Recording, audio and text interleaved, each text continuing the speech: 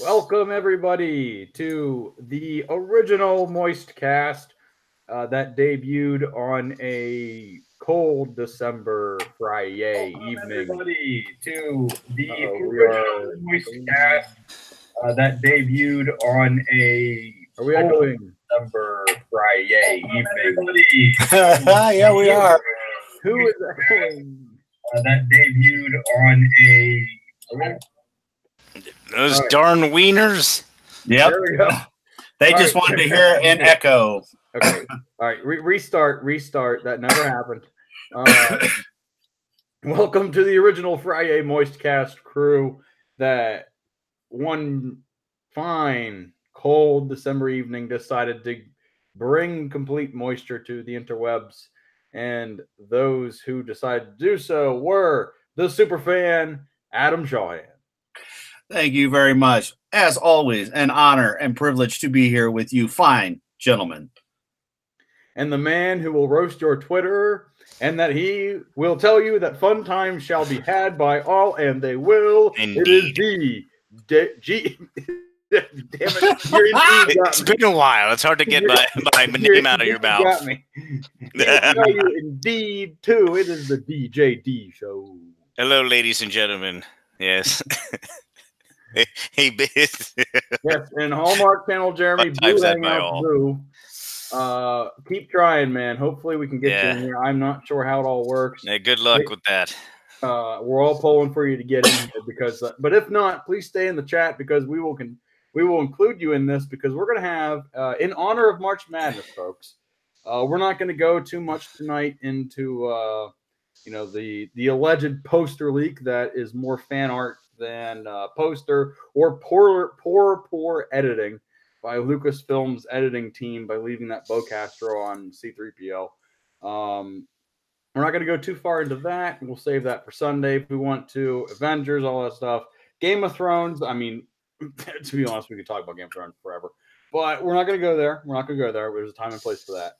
But tonight, since it is March Madness and the Elite or the Sweet 16 games are being played as we speak, and the Elite 8 will be played tomorrow to determine the Final Four college basketball teams to play, I figured let's do a little March Madness of our own here. And let's do a bracket of our favorite Star Wars characters and how they rank compared to their opponent. And DJ and Adam, if you guys could tell me when you can see my screen. I can see it already. Okay, let's see. Okay, so what we're going to do is we're going to make sure to pin it. All right, How cool. do I pin that? Yeah. Oh. I think I pinned it. All right, badass. Did I pin it? Yeah, I think so. Cool, because I have my. We'll figure it out. It is pinned. Yes, sir. All right, so I have my working. All systems are go. But let's see. So here we are. I have to pull up the chat on my YouTube app on my phone so I can see it here. But so what we're looking at here is a fine bracket, double elimination 18 tournament, provided to us by the Kentucky High School Athletic Association. So good for them. And our sport will be Star Wars, as we can see. Boys and girls, gender is fluid. We don't want to offend anybody. Tournament dates a long time ago in a galaxy far, far away. District and region number. So what we're going to do here, I'm going to try to figure out how to delete these for tomorrow or Sunday, probably Sunday. I'd like to have a major live stream to have maybe 32 characters or things involved in this to see what's the most badass in the Star Wars universe. This is not necessarily the best or your favorite character, but this is the most badass or memorable characters of Star Wars. And let's go through the bracket right now. And let's see. Right here, seed number 1, we have these are randomly generated seeds as well. So there's no way Luke in real life would be an 8 seed. He would be a 1 seed normally. But for controversial sake, let's have Han versus Luke. Let's have Padme versus Rey. Let's have the Cantina Band versus Ewoks. And Darth Vader versus Kylo. And then we will also move down here to the losers bracket. So be warned, if you lose, you're not out yet. So DJD and Adam, what are your thoughts on this bracket so far? And who are some early winners that you might have? Vader, clearly. Got Vader? Okay, Vader. Ewoks. They're little Ewoks? vicious bastards. I say Ewoks. You never know; they might show up. That's right. Fucking murder bears, man. But the thing murder is, bears. we have the Cantina ban as well. I mean, yeah, they're candy asses. What is something that the Cantina ban? I know. And Hallmark Channel Jeremy in the chat says that's Bantha Poodoo. Yes, no, yeah, no. I figured gender fluid. I figured I would just say that it would be. Yeah, no, it'd be worth it to put it there so we don't get flagged. But so let's go right in here and let's talk about Darth Vader versus Kylo. All right, and let's discuss. Darth Vader versus Kylo, and I'm going to pick DJD. Go. Darth Vader, not even blinking. Kylo has been a complete pussycat for all the films. Quite the pushover. So Darth Vader would have absolutely no problem whooping Kylo's butt all over the place. How do you think he would whoop his butt? Would it now in basketball terms? Since we are talking basketball, I think forced choke. I mean, Kylo has win by no. If they were playing one-on-one basketball, would they win? Would he win by 10 points, 20 points, 30 points? How many points do you think he'd win by? Probably like by 50 points, easy. I think that's appropriate. It would be. I mean, again, Kylo hasn't shown the ability to do any. I mean, consistently, he's not been able to show he can do force powers or have control of them. It's other than a few little tricks, but anything big time per se, I haven't seen that. He's been lucky, if anything, in certain little things he was able to pull off.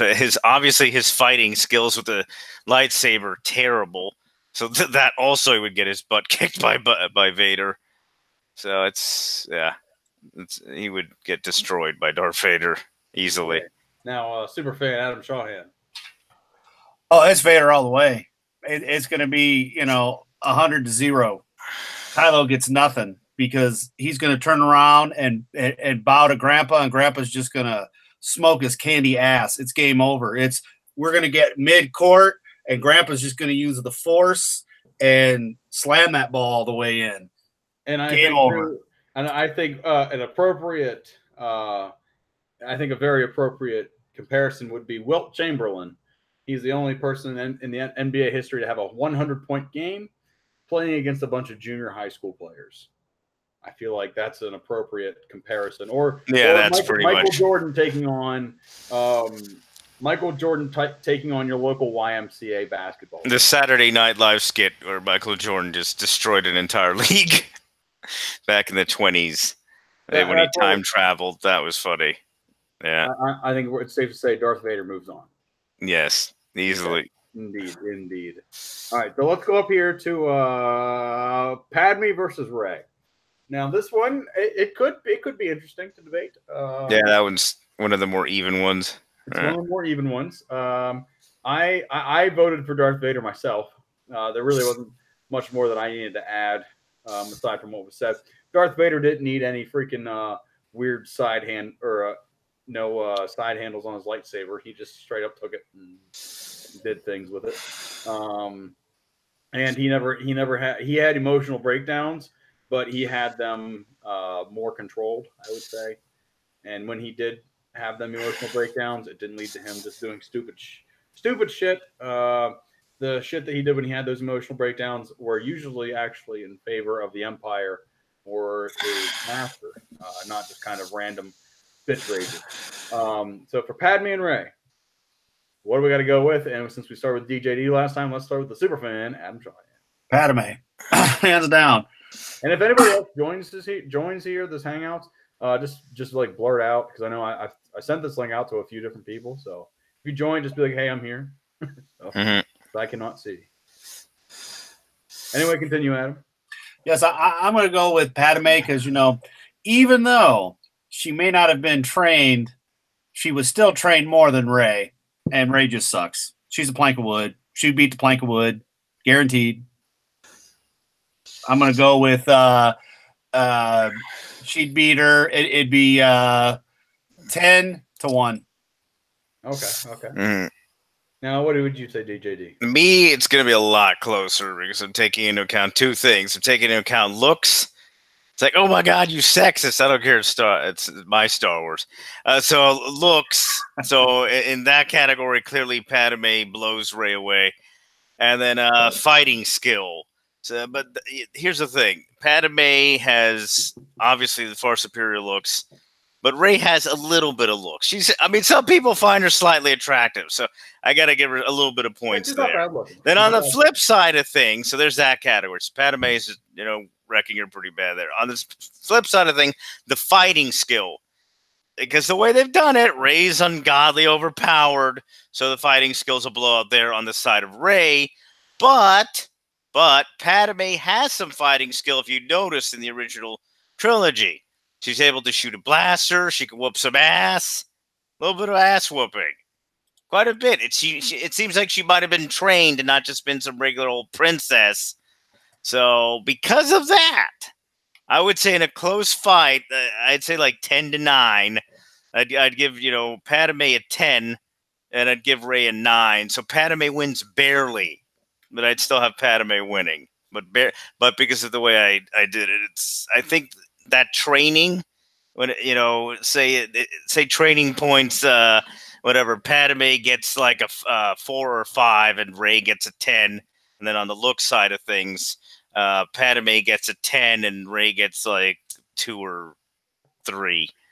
So that little differential is why. So that 4 or 5 versus the 2 or 3 is why Padme moves on. It's close, but yeah. I'm being fair here in a weird way, but I agree. I mean, these are two. I'm still gonna piss off the Rey fans because there's like no way Padme totally wins. No universe. Rey always wins. Rey's the best ever. She's so hot and she's so amazingly talented. I'm like, no. Look at Padme. Look at Rey. Someone has curves, and it's not Rey. Yeah. Padme has goddamn curves. Definitely. So there you go. And see, here's the thing. I think thus far, what we've seen of Rey, especially since what we saw in The Last Jedi, could have put her above Padme, but it didn't yet. I feel like Rey, if Episode 9 is good, they give us more of where Rey comes from. If they explain why she's so powerful, even just have her face some big adversity.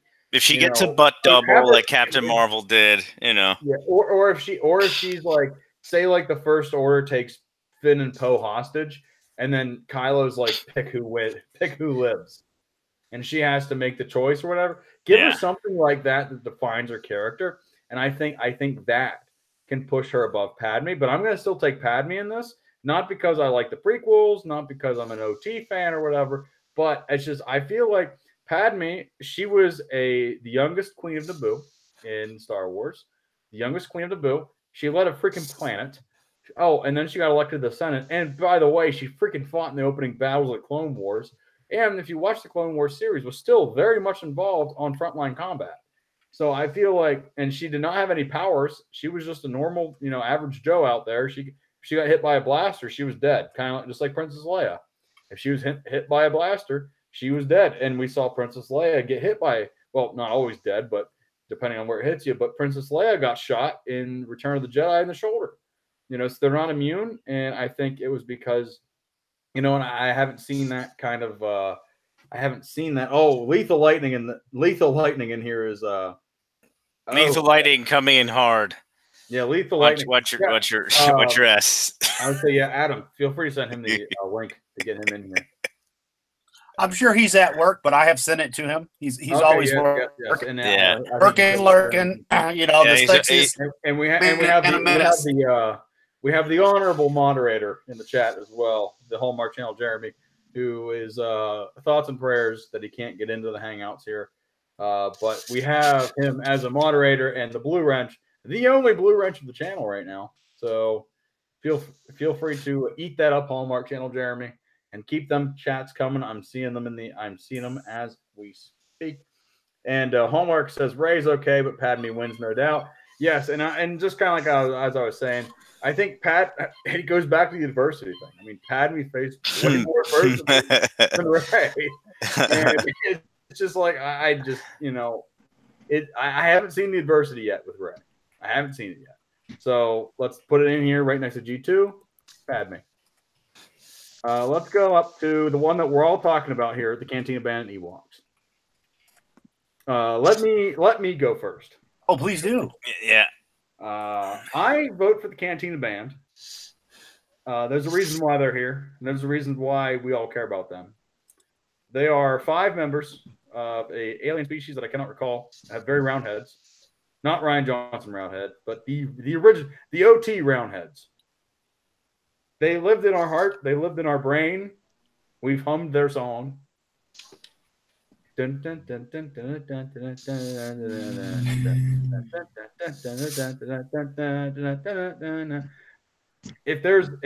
you couldn't remember, if John Williams died producing the music for episode 5, The Empire Strikes Back, if the Cantina Band theme song would have been, I feel the Cantina Band song is really the Force song, because they say the Force moves through you. The Cantina Band, its music, it makes me want to dance. I'm sitting there watching episode 4. I just start moving my arms, moving my legs. I just start moving. I hear the band. I'm like, I need to move. I need to move. I start moving. I'm moving now. Just think about it. You know, I'm just going with the waves. And those waves are the Force. So the Cantina Band has made me feel the Force. So that's why my vote is with the Cantina Band, and I hope your vote is with the Cantina Band. And Ewoks tried to eat them.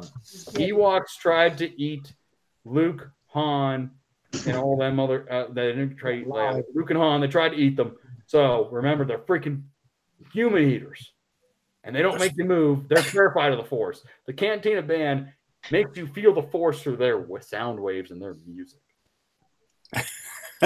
Argument over. Aren't they called? Well, this is why we call them murder bears, because they're evil little bastards that will eat you. So Ewoks for the win. They're just going to eat them as they're playing their song. As you hear dun dun dun dun dun dun, dun ouch!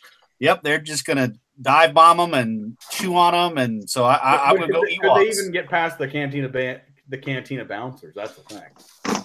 Well, I mean, they are small. They could even get to the bouncers. You know, if the band's just up there playing, I don't know. I don't see good. I guess they could start beating them with their instruments, but I think there's 5 members in the band, 4 or 5 in the band. I think that you want to count their instruments. Yeah, I think that the Ewoks are going to outnumber them and have them for lunch. As Hannibal said, I see an old friend. I think I'm going to have him for lunch. Yes, I think we have Geeks in Disguise joining us. Yeah. Can you hear me? Hey, welcome aboard, buddy. Welcome aboard the Moist Cast, your first Moist Cast. We're going through a March Madness style bracket of Star Wars characters here, and I'm going to pass this off to DJ D to argue his Cantina Band or Ewoks argument, and then I'll pass. Hey, Brandon, we also have joining us all the way from Perth, Australia, Mr. Bebop. Hey guys. Oh, we got the whole Fandom Friday damn near.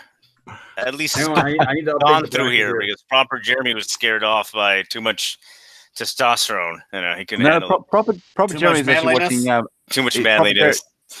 Proper Jeremy's in with Odin. And our other mate from the Upside Down, Lethal Lightning, says he needs about an hour, and then he'd be able to possibly join us. So, depending on how long we go, maybe we will be invaded by Lethal Lightning. I was going to say, because right now, I mean, we have the winner's bracket and the loser's bracket here that we're seeing. Quick question. Yes. Just so I'm familiar, the Cantina Band, they were Bith, right? Yes, that is it. That's Bith. They're Bith. Yeah. And I think they also had the Figuring Dan and the Model Nodes was the other band. Yes. Okay. Just making sure I'm getting. So they're the Mr. Peabody, what we're doing here is we're going through and we're debating. I have a little bracket here, 8-seed bracket. It's a double elimination. So we're going to go through and pick our favorite, or not necessarily favorite, but more badass or memorable characters, or most impactful characters of Star Wars. And the original seeding that we had, it's in honor of March Madness, the college basketball tournament going on in America right now, which I am gambling on right now. which is why I'm also doing this live stream because I get very nervous when I gamble and I need to just talk. And so we have seed 1, or we have Han versus Luke, Padme versus Rey. Padme won that battle. Cantina Band versus Ewoks, debating right now, and Darth Vader versus Kylo. Darth Vader won that, but don't worry, our eliminated folks will be in the consolation bracket for another chance. I'd have to definitely go with the Ewoks for numbers alone. Ewoks, pretty much, is what I was about to say. Ewoks, definitely. Yeah, Mr. Peabody, Cantina Band. Hello? Hello? Can you guys hear me? Yeah, I can hear you. Hello? Hello? Hello. Everybody went really quiet? No, ma'am. Is that better? Oh, Yeah, I can hear you now, Peabody. Okay, well, I'd have to go for the Cantina Band because because the reason being is if the Cantina Band played something really bad off key, the Ewoks would run and hide. So I don't care how many there are. If the Cantina Band played really badly, everybody would run. That's damn right. Well, unfortunately for us, I said, Mr. Peabody, me and you, we got to work on that. We got to get one more person to believe in the Cantina Band. The Ewoks can't fight that logic. The Ewoks won this round, but don't worry, the Cantina Band, they are still in it. Okay, well, am I supposed to be voting somewhere? Or no, I am. No, I'm just keeping track. say what you feel. That's it. Okay, You can look at my. I wasn't sure if I was supposed to be clicking something. No. I'm keeping track, so it's good. We have 5 people in here. It's perfect. So no, in the losers bracket, the Cantina Band will be going up against Kylo Ren. That's easy. So what we really need to do, and also for everybody joining in, just so you know, this sport is Star Wars, boys, girls, gender is fluid. Tournament dates a long time ago, and district, region number, galaxy far, far away. So there's just for some time and there's location settings of where we're at right now. Now here's the real big debate that we're about to have, and it's going to be Han versus Luke. So who would you pick? Why would you pick them? This is a potential rematch in the championship round, unless the Cantina Band makes a good run, an undefeated run, and they might maybe they'll upset someone. Who knows? March Madness is all about upsets. But Cantina Band plug, vote for the Cantina Band. So let's start out with Han versus Luke. So I'm going to put Geek in Disguise, and then Mr. Peabody, since you guys just both joined, and then we'll go Adam and DJ D. So if you guys want to talk about who would you pick, Han or Luke? Oh, I'd have to go with the cool man Han over here. That's you guys can hear me, right? Yes. I mean, he's a rebel, man. He's a rebel without a cause, really. But he's just a cool motherfucker. I never really put too much thought into it, just on a personal level. I mean, Luke's all right. He's more of like an emotionally driven dude, and Han was just more of a cool-headed, just So definitely just his personality, and he's, I guess, a little more relatable. Yeah, I can see that. That's a great argument. A great argument there. I will make my argument right after that because I will also vote Han Solo.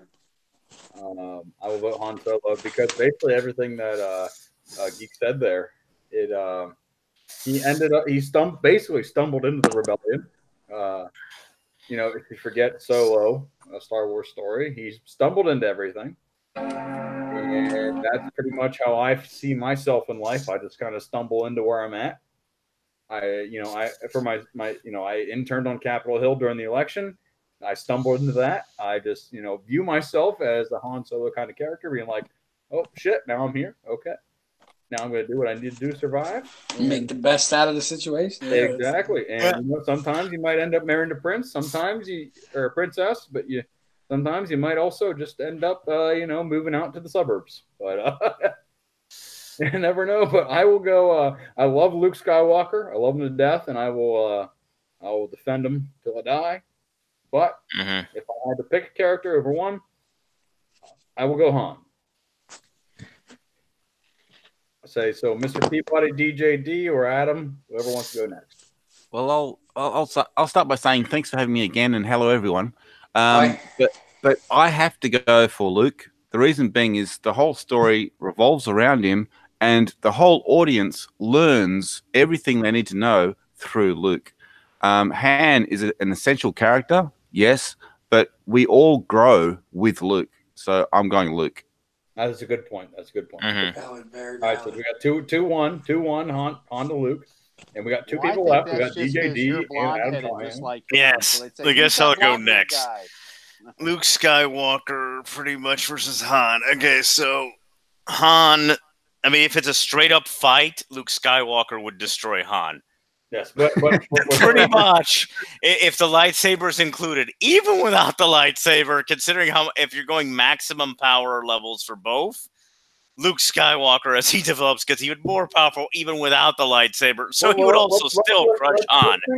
Now, if it's character development, that's where it's beyond like the close. physical capabilities, but just the the impact. Yeah, the impact and character development, that's where it gets really tight and really close. Exactly. And I'm like, great first round match. yeah, exactly. And I would barely in that case go with Luke Skywalker because of what George Lucas said, plus just over time, researching the character.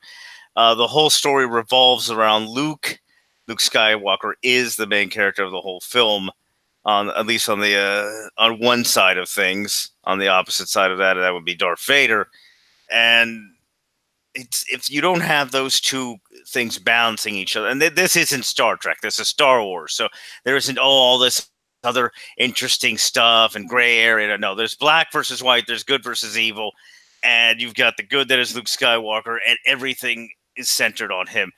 A side character is in effect, I mean, basically, second fiddle, it's still something, is Han Solo. So you can't do the film without Luke Skywalker. You can do the film without Han Solo to an extent. Yeah, anyone else can be that other character in effect. See, the whole time, There's only one the whole audience is on Luke's coattails. Yeah, that's where they are. Yeah, that's the way the story's Han is an crafted. essential part, but it's like, but we are following this story because we have no idea where we are, what we're doing, and Luke is in the same position, so he's leading us, and he's discovering, and he's teaching the audience. That's where I'm coming from. Yeah. Again, there's no movie if it's not Luke Skywalker. You want to see the Han Solo film? Well, we saw how that turned out. So yes, there's that too. Well, we have good arguments. Good arguments by Mr. Peabody and DJD. So we're at 2-2, Han versus Luke, and this decision comes down to the man. Now the thing is, though, it might not just be a 5-2 decision. It could be a 5, or it could. I mean, what? Adam, you have like 20-something wiener dogs. He whips out his wieners. Yeah. We're all done. Yes. Wieners, how they feel about this. We could have a lot more votes on our hands. But in human votes, correct. we have 2 versus 2. Adam Shawhan, no pressure. You pick who you believe in. Well, I would have to say that if we're talking Star Wars: A New Hope, oh, it's Han. We go to Empire, it's still Han. But by the time we hit Jedi, it's all Luke. That is kind of how I see it, because you got to have Han to get Luke, off of both planets, save his ass. So yeah, I'm going to go with Han. All right. Let's face it. It was a team effort. Hey, But Luke is not dead. Adam, if you can, turn up your mic a bit. I don't know how low I am, but you're really low. Well, the problem I'm having is right now the PC is restarting. Okay. That'd do it. Yeah. Okay. Excellent. Okay. No worries. So to give you Yep, guys on the we will have a great matchup here in the consolation round here. Luke versus Ray. We'll figure out. Let's do we'll do the winners bracket, and then we'll do the consolations. We'll do that first. We're gonna do oh boy, this is gonna be 2 crushers and then a real tough one. So Yeah, Adam, you're sounding good here. Let me check the chat quick through my phone. All right. Han over Luke, though. Hallmark Channel Jeremy does not agree with that one. Yeah. I mean, it's Yeah, tough. I get that. It was a tough first round match. And my reason for Han Solo, at least a counterpoint what Adam said, it's anybody could have done the Han Solo role in that bar. So, yeah. I mean, anybody. Yeah. And but the thing is, Harrison Ford just Oh, he killed it, but it's like and he became an essential character because of Harrison Ford. But the fact is, it was a team effort. But the whole time, we wanted to see where the story was going, and the only person leading us was Luke. Yeah, I mean, I agree. I definitely agree. Even though I said I voted for Han, just I like his badassery, and just like no. Oh, everybody does, but it's like the fact is like every point of the story that you end up in is because of Luke. It's not because of Han. Yeah. No, like except when they end up on Tatooine again because Han got kidnapped, but that's another thing. And also, you can easily replace Han Solo with anything, whereas you cannot easily replace Luke Skywalker. Yeah, you can't replace Luke Skywalker because then it's not Star Wars; it's something else. Yeah. Well, going off of that, let's go to the winners bracket here. We have Han Solo versus Padme Amidala. Oh dear. Geek in Disguise. You want to lead us off? Oh boy. Is he still here? I'm not sure. I don't think so. No. I think he just said something. Oh, he said, "Oh boy," and then I guess he had to go. No, I said, "Oh boy." Oh, okay. Never mind then. I don't have my Hangouts up, so how many? Okay, so I guess I'll go real quick. I would say Han Solo in a blowout. Obviously, character development's far superior. Fighting skills far superior. Also, general badassness is far superior. One versus the other. Yeah. Now I'll go second here. It's not an insane blowout, but I'd say it's like 10 to 6 or 10 to 5. Yeah, I'm going to say. You know what? I'm just going to be devil's advocate. I'd say 10. I'd say 10 to 6. I took Han Solo. I'm just going to be devil's advocate. I'll take Padme because she had she was the youngest queen of Naboo. She was the youngest queen of Naboo. She fought through an invasion from the droid army. A droid showed up and said, "Hey, I'm taking over." She partnered with Boss Nass, their arch rivals, the underworld dwellers, aka the Gungans. So she took she put her political prowess aside and said, "Hey, I don't get along with you guys." It'd basically be like Elizabeth Warren saying, "Hey, Donald Trump, let's partner up because we got some bigger problems here." So that's what I'm going to say. I think that she put her political prowess aside and said, "Hey, for the betterness of my people and for everybody this planet, we need to work together." She put herself and she put herself on the front line. So she was taking bullets, and she had just like Han Solo, and this goes for both of them. They're both they're both mortals. They're not necessarily force sensitive. They can get shot, and then they're dead. But credit to Padme being royalty and putting herself on the front line. I love Han Solo, and normally I'd probably vote for Han Solo, but just talking myself into it, I'm going to vote for Padme. I have to go the same way. The fact is like Han Solo is a lovable character. He's the rogue. He comes in, he fumbles his way through every situation and happens to pull it off. But Padme had conviction. She knew what she needed to do to take care of the situation, and she stepped in and did it.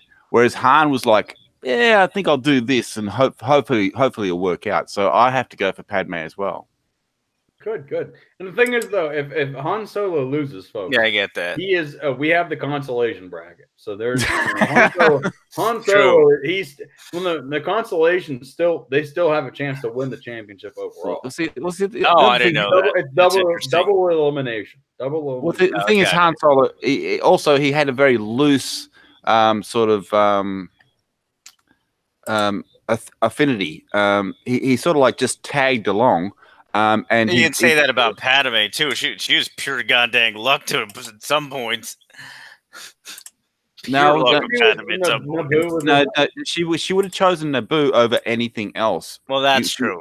That's accurate. Exactly. Boom. Yeah. But whereas Han Solo, he was in it for himself. Yeah. No, not so much. The fact is, when he was first introduced, it's like he was in it for himself. He wanted to take care of himself, but then he grew to admire and love the other characters. Yeah, he became a dynamic character. Yeah, that's right. And so he linked up with them, and they were a team. Whereas Padme, right from the start, she was on her own, and she was doing a hell of a job, but she kept that conviction all the way through. Yeah. Even when it came down to she was a pretty static character. Yeah, but when it came down to Revenge of the Sith, she told the person that she loves, "You're going down a road I cannot follow." It's like she kept her conviction, so I have to go with Padme. I'm sorry. See, I'm thinking that Han's just gonna take her. He wanted Leia, and now he's gonna take Leia's mom. Oh God, that's also a possibility, ladies and gentlemen. So I'm going with Han. Sorry. All right, fair enough. That is not an argument. That's a sexual preference. Did Geek in Disguise, is he still in here? We need a tiebreaker because it's a tie right now, ladies and gentlemen. Well, we'll go to the chat. We got Hallmark Channel Jeremy saying Han over Padme. All right, so I guess it's still alive, folks. She's still alive. I want to know why Hallmark isn't in here because he does have a microphone, so he can be in here. That popped up, so I gave him the link on Twitter. Who's here? Who's here? Frank. I got the computer because when Hangouts is such a piece of shit that on my Mac I can talk, but I can't hear anything, and I'm on my phone now talking to you guys, but I have to listen to you on the phone so I could do the vote on Frank. So that was kind of fun. You gotta love those Macs, eh? You gotta love those Macs. I am so happy I don't use them, even though. I've never had any problems with it till right now, and since then, it's the only thing. Because right as we were doing it, all of a sudden I could hear everybody but Brandon and DJ. Yeah. So then I went ahead and ran an update, and it's like, yeah, we're doing all this. If Windows 10 didn't exist, I would have no compulsion of getting Mac. But since Windows 10 sadly exists, that's why I was looking for a laptop Mac. All right, so moving on here now in the winners bracket. to determine Han Solo's champion to debate to the final two, it shall be Ewoks versus Darth Vader. Come on. Well, this is closer than you think. That's all. Ewoks are very powerful little freaks of nature. Ewoks are very powerful little fucks. And they come out of little cubby holes and they attack you from everywhere. If you include the Ewok films, they're goddamn magicians. So I mean, obviously force power wielders. So watch your ass. So if you go for, I'm going Darth Vader. I'm just gonna say. I'm going Darth Vader too. Even though the Ewoks, if you include those terrible movies, have some powers, Darth Vader would still crush them. I'm going Darth Vader too. Whoever killed Wookiees, he's gonna kill the murder bears. Yeah. Sorry, murder bears. We had a sweep. We have to kill the bears. The Ewoks are going down to G3. Yeah. You know why? Because fuck you, Peter. That's why. Oh God, I can't stand Peter. Well, it's like if you want a good character, you want Darth Vader. If you want a fuzzy, good feeling, you go for Ewoks. So I'm going for Darth Vader every time. All right, so here we go. We have Han Solo versus Darth Vader. Oh crap! We know where that already ended in Empire, so I'm going with Vader. I'm going with Vader also because he kicks ass most of every single film. Also, the far superior character development on the Even opposite Rogue side One of the and Rogue spectrum One. to Rogue Han One. Solo. Like, so yeah, Well, he didn't need to be in Rogue One, but I mean, like, the fact is, I'm going Darth Vader as well. yeah, Darth Vader. Same, Darth Yeah, Vader. there's no you needed Darth Vader. He was the balance. Exactly. Is it? Yeah. Oh.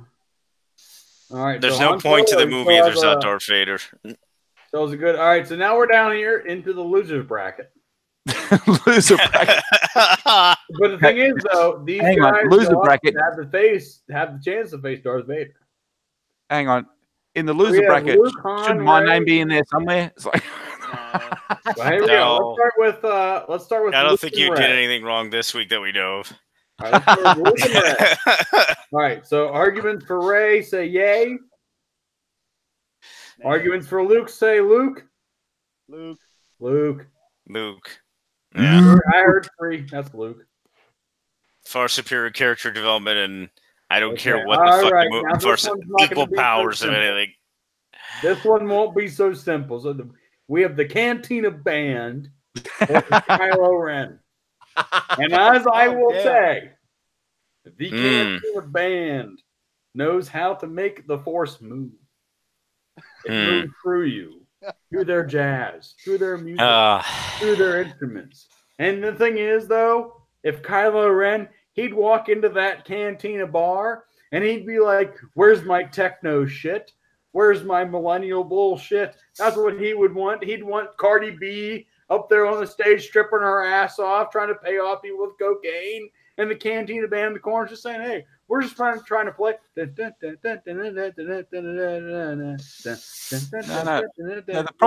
problem would be that Kylo would walk in. Kylo would walk in and say, "What? They're actually playing real instruments?" Exactly.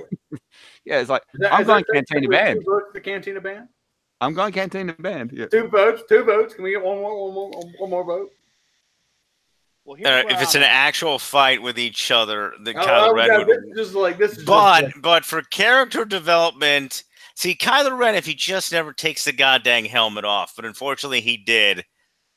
Character. Here's the funny part: character development's about equal. We don't know the hidden powers of rock and music from the Cantina Band. So maybe if we fully reveal the Cantina Band, they can't. They've got equal powers. So possible equal powers. This is a ridiculous vote. Obviously, I'm picking Cantina Band because fuck Kylo Ren.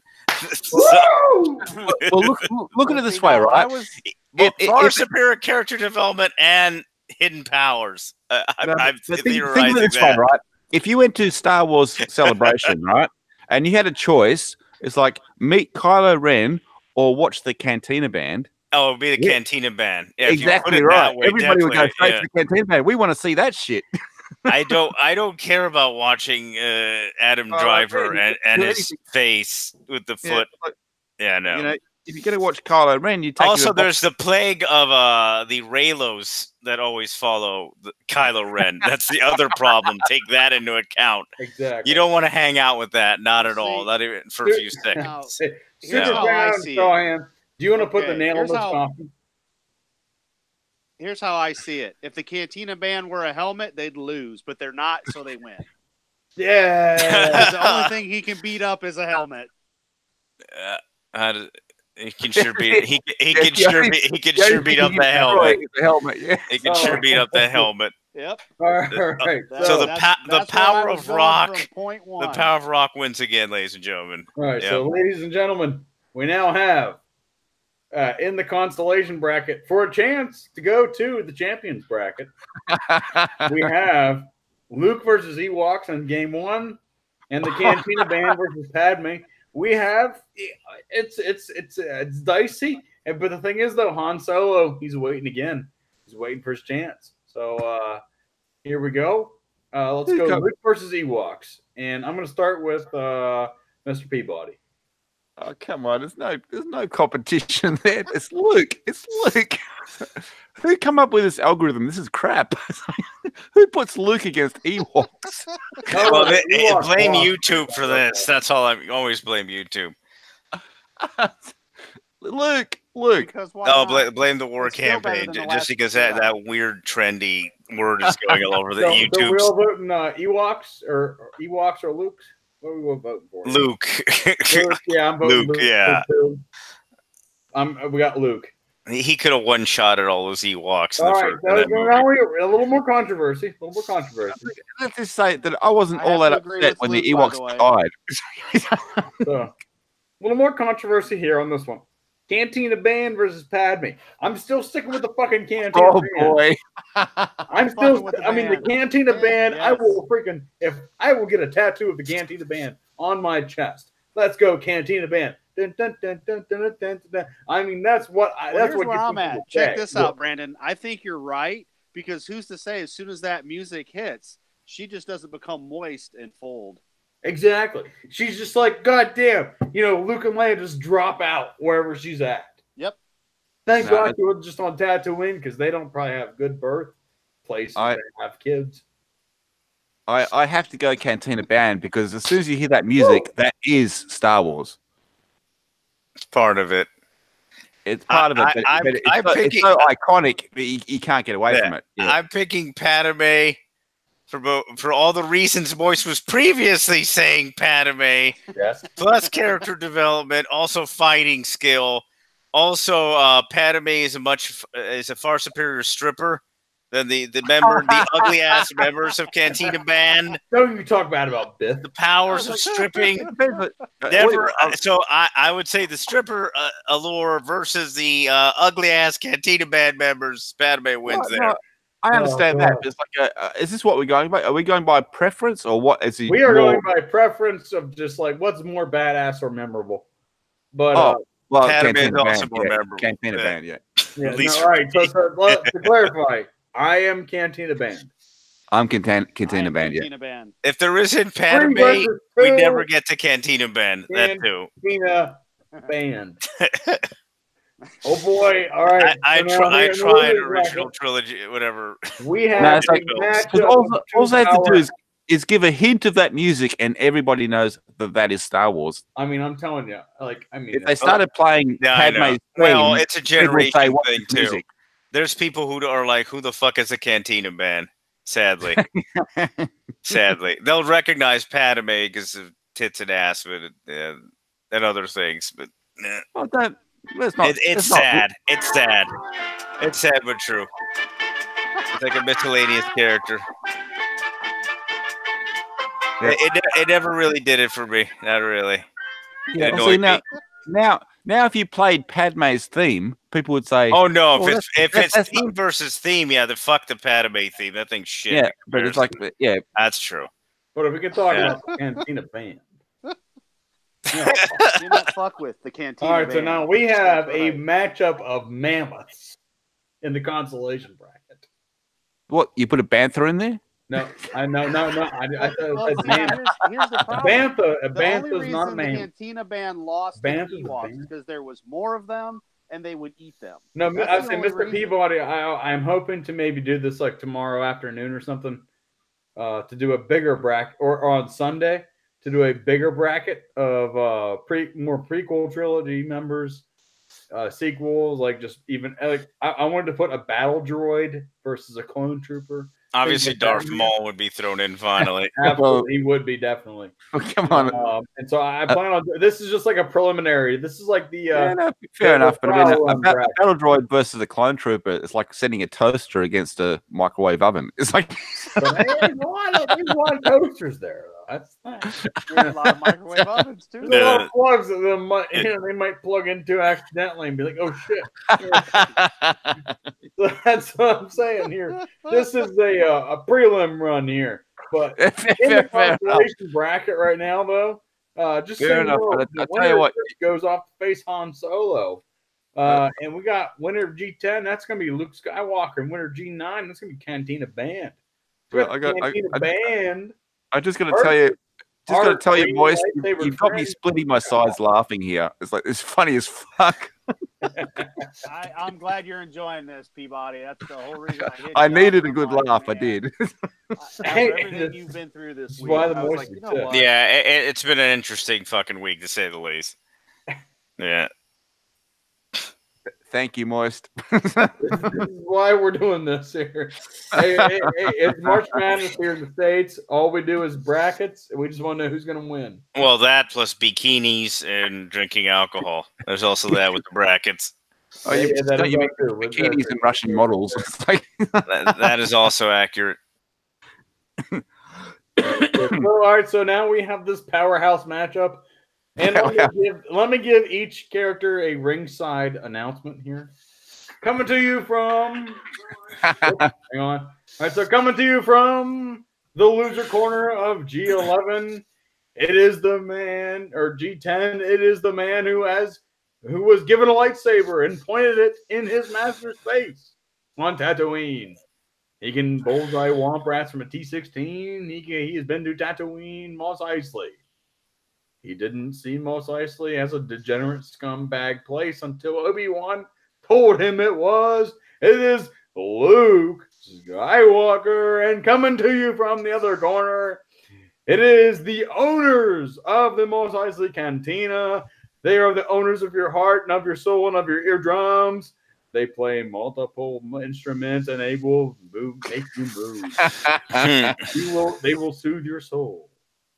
You will just flail your arms and legs because you don't know how you feel, because their music hits you with none other. They're the true owners of the Force. It is the Cantina Band. Start us off, super fan out of time. Well, Cantina Band. Yes. I'm calling fix.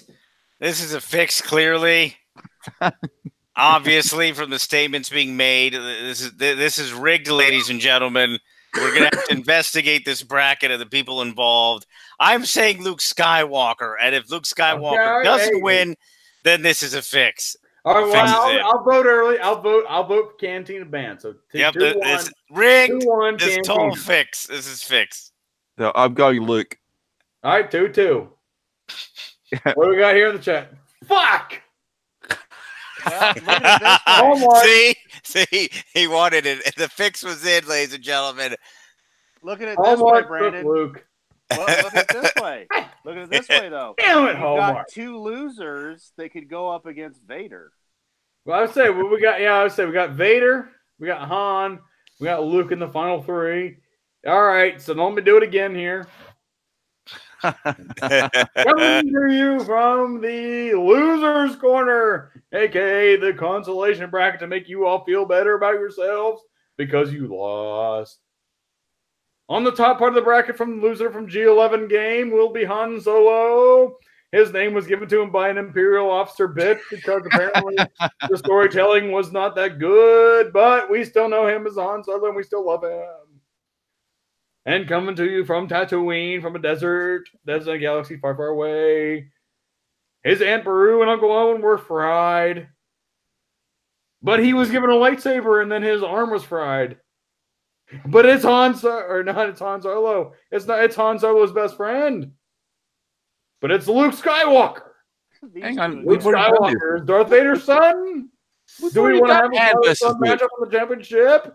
Or do we want to have a father and son's best friend matchup in the championship? That is for you to determine. Mm-hmm. Get a rematch. I say Cantina Band. We already voted for these two. They're both. We already voted for these two. It's like I don't understand why we're coming up against this again. But if that's the case, I'm going Luke. I'm going Luke Skywalker because also I forgot to factor this previously into my argument when we first did the vote. That's right. The Han Solo film was fucking terrible. I mean, they have goddamn what's his. But we also have the Last Jedi. They have Lando fuck a toaster. He fucked the toaster, so because of the disgusting, fucked up association, Han Solo gets extra points off. Extra points off for Han Solo. So Luke Skywalker does landslide. Han Solo's a bitch ass. Well, let's talk it down. It's like because did Lando Calrissian fuck a toaster or a microwave? I say voting C, Luke. I'm all Luke the now. above. I'm Luke. I'm going with C, all of the above. He fucks everything he could put his dick in. All right, so for all look Luke. at it. Han was cool until Disney. So it doesn't matter. I'm saying Cantina Band. Yeah, Cantina Band. All right, so because the real bracket and the real winner. Real winner here is Cantina Band. But if we had to crown a champion, Luke or Darth Vader? Luke. That was tough. Vader only lost. I'm going to have to say Darth Vader because of the consistent character he was throughout the films. Also, the fact he was a dynamic character. He was not consistent. Well, he was consistent in his badassness and the ability to whoop ass. Yeah, and that's what I meant. That's what I meant. I had to clarify. Then he turned back to the good side. Yeah, exactly. Which Luke did. Well, yeah, that's why I said dynamic character when I was saying it. So Luke is the constant. Yeah. I bet he was a consistent character in him being a badass and his fighting skill. I had to clean that up. Vader is dead. So, clean up on aisle 3. Clean up on aisle 3. And also, someone's leaking something. It's probably better to fuck a toaster than a microwave, because if you stand too close to a microwave, you get a headache. Oh no! Well, I get a headache if I'm too close to the microwave. So what are the votes here? Darth Vader or Luke? Think Darth Vader. We've got at least 2 Darth Vader votes, 1 Luke Skywalker. All right, I believe. All right, we'll go across the panel and say your vote. I say Darth Vader. Vader. Yeah, Darth Vader. Luke.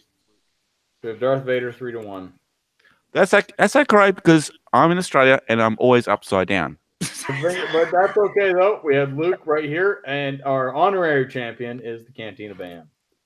Yes, Cantina Band. Made it all the way through. So the real winners here are the Cantina Band. Hey, and if it would have been only people we Cantina really Band, care about. If it had been Cantina Band against Vader, I'd have still went with Cantina Band. Just because I would have. Yeah, Cantina Band. I would have gone with the Cantina Band. Oh god dang! Oh my god, this was fun as hell. Yeah, that was fun. Got the old band back together. Someday I plan on doing this bigger. Extreme debauchery. Yep. Having more characters from the prequels and trilogies. Like we'll do Jabba the Hutt and Boba Fett and Django and Ki-Adi Mundi, Mace Windu, Palpatine, all them. Well, don't forget a random Naboo soldier, a droid. Let's not forget Salacious B. Crumb. You got to put that in there. I know. We will. I will. I am planning most annoying character. I'm looking for Boss Nass. Don't forget Boss Nass. I plan on looking for the most obscure characters and having them go up against them. Because who knows? You might get an upset, just like the Cantina Band. Yep. The Cantina Band went a lot farther than it should have ever. If you're a betting man, I would bet on the Cantina Band. not saying that I won't fix it or anything, but the Cantina Band can do it. And I'm just saying, and as a classic FriYAY Moistcast tradition, DJ, would you like to take over as I go piss? Sure. There we go. I'm looking at the thickometer right now, and I think Lethal Lightning will be happy how thick this show was. There were many thick women, except for Ray, but everyone else was quite thick in this. Well, let's face it. Like, the song from the Cantina Band is like iconic, and it's like with Casablanca. As time goes by, is iconic. Yes, that's correct. Yeah, so you can't go past the Cantina Band. You can't just skip it over and think it's nothing. Yeah. Yep. Well, I think Moist is putting us in as the Cantina Band, because it brought the band back together for a FriYAY. And so that's what I'm thinking. Bring the band back together. I mean, those get the band back together for a special mission. Just out of curiosity, do any of you other guys play an instrument? Yes. I'm not saying I did it well, but yes, I played the. That's okay. That's all we need. And plus, Adam has his wieners. Exactly. He can play with his wieners. Well, that's an instrument. No, I got me on drums. I am back. You got Peabody on guitar or whatever. You got to understand that the wieners are an orchestra. That You've got an orchestra right there. Yes. I'll just flap around some moisture or whatever. I don't, If you want to talk about moisture, I actually do have a water tank in the backyard. Do you want me to talk about that? Oh. Well, you know. How'd the move go, by the way, or did you finish moving? I haven't got a place yet. God dang. This is the killer thing. Is like the last place, or not the last place we looked at, but the place we looked at before that. We all liked it, thought it was great, and everything like that. But they had us fill in this online form. And the online form, when the first guy filled it in, it gets sent out to the rest of us. So then we fill in the same things that he filled in, and then it crosses across between the two of us, and it keeps on bouncing back and forwards. Do you want to join this thing? And it's like, well, fuck that. We've already filled in this thing. And anyway, so that happened on Monday, and then on Wednesday, I rang the guy and said, "Oh, did you get an application?" He goes, "No, I haven't got your application." And I wondered what happened to you guys. I said, "We sent you an application on Monday." And he goes, "Oh, I haven't got an application." And then he started going through his emails and found our application. He goes, "Oh, no, there it is." I was like, "For fuck's sake, we don't have time for you to fuck around. We've got to be out of here by the 5th. It's all bad Dan's fault. I'm blaming Dan. Dan took 6 hours to turn around and say, "I've got 80% of the form done." I was like, who spends 6 hours on a form? You know, the fact is, we came home. I filled in the form within half an hour, right? But the problem was it came up to employment history, and mine's been patchy over the last few years. So I thought, no, it's probably not best that I go first. So I said to Dan, "Fill this in," and he took 6 hours, and he comes back and he says, "I've got 80% of it done." I was like, "For fuck's sake, get that form in. I don't care what other forms. We'll send the other stuff in later. Just get that form in." And it turned out the guy didn't even look at his emails. Oh, what a bum.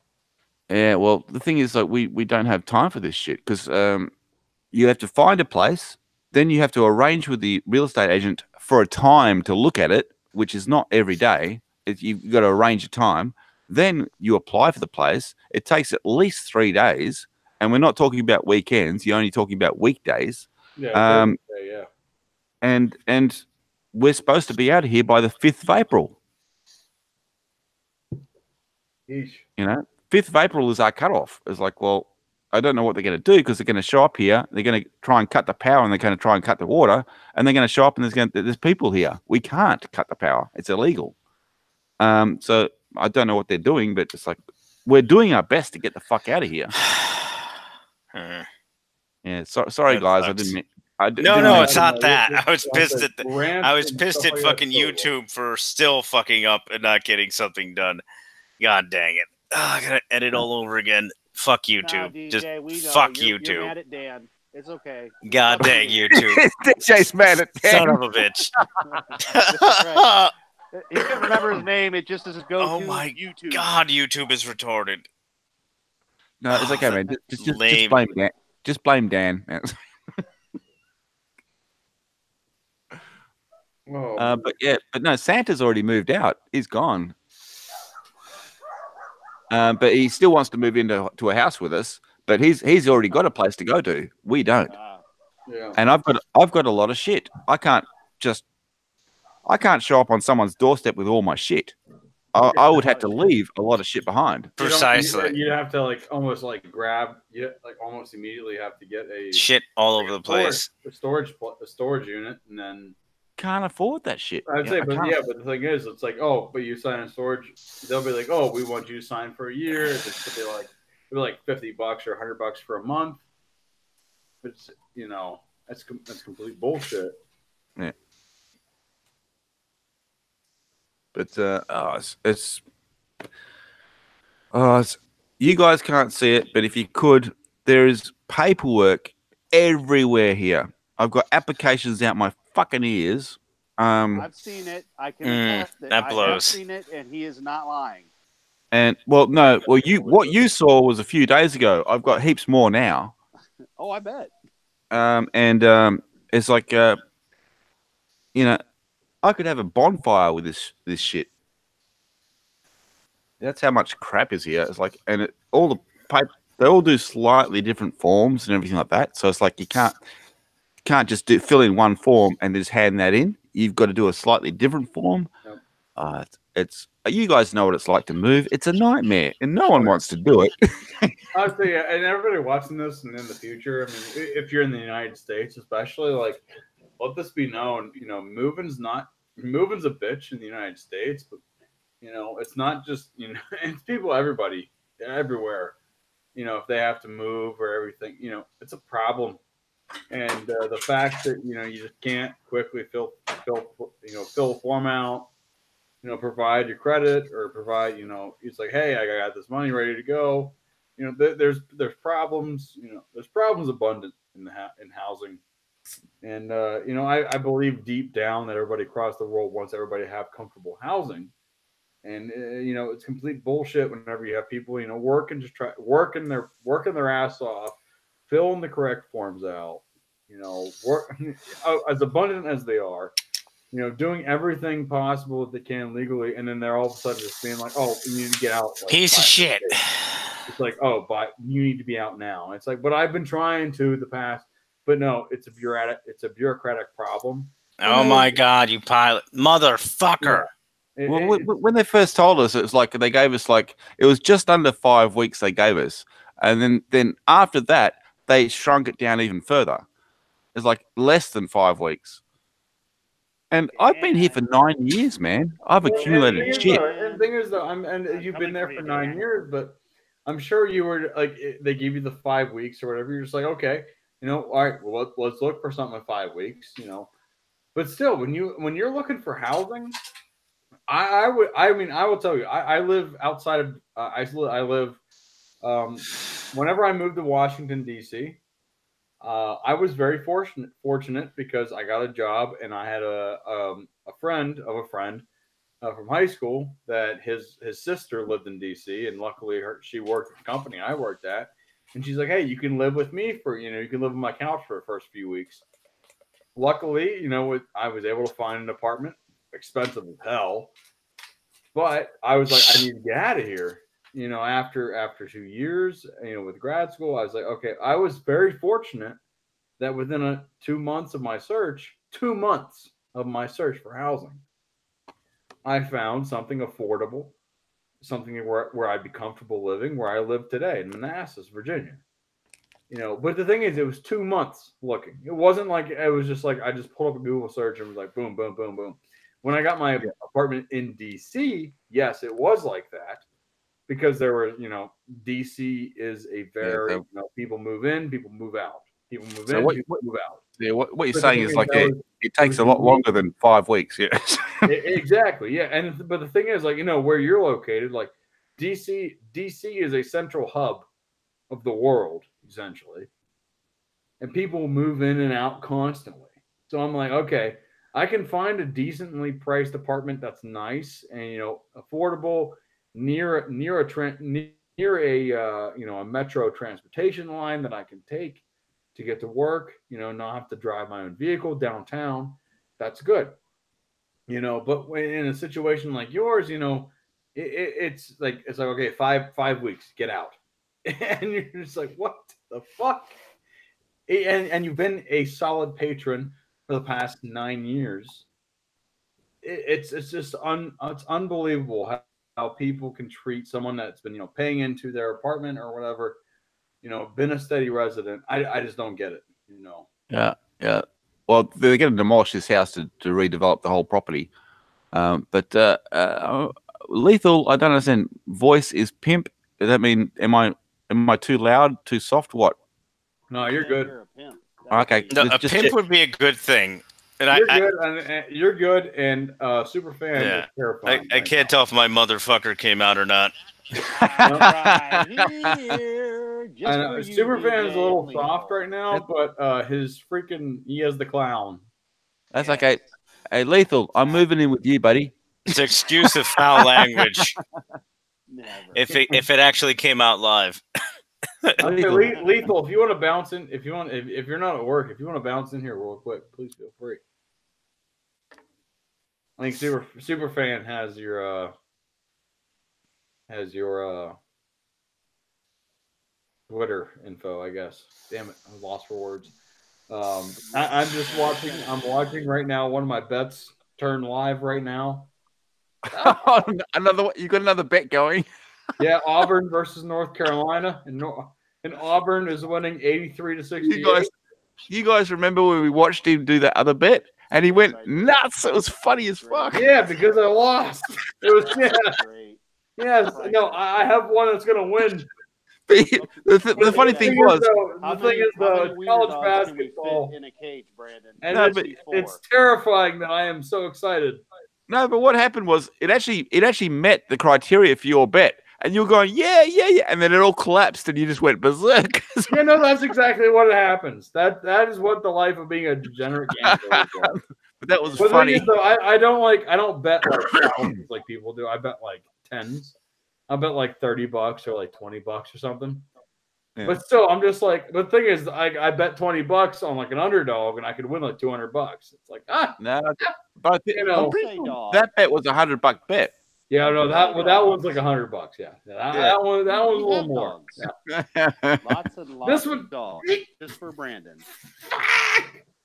Come on, Auburn. All I need is I took Auburn money line. So we're getting puppy bomb. Money line means I just took Auburn to win the game. All I need is I learned after that bet that you guys saw. Yes. I'm just going to take the team to win the game, not cover the spread. I just want them to win the game. So Auburn right now is up 83 to 72 over North Carolina. Auburn is a 5 seed. So basically an Ewok versus a Han Solo in North Carolina is a 1 seed. So but just let me tell the audience, it's like watching him bet online and seeing the results come through. It was like a man fighting a swarm of locusts. I'm telling you, it was funny. It's funny. That's fucking. It's great content. It's great content. The thing is, it's great content. Yeah, it's like watching a man fight a swarm of locusts. It's like oh my god! No, there was one of my favorite accounts that I follow is Marty Mush. He's with Barstool Sports. Barstool Sports is a big time gambling sports account here in the U.S. Social media on Instagram and everything. They have this one guy there. It's called Marty Mush, and he has the gambling parrot. He holds the broomstick, and the parrot sits on the broomstick, and he's just like, "Am I gonna win?" And the parrot, whether the parrot screams at him or not, he's just like, "I'm not betting it. I'm not betting it."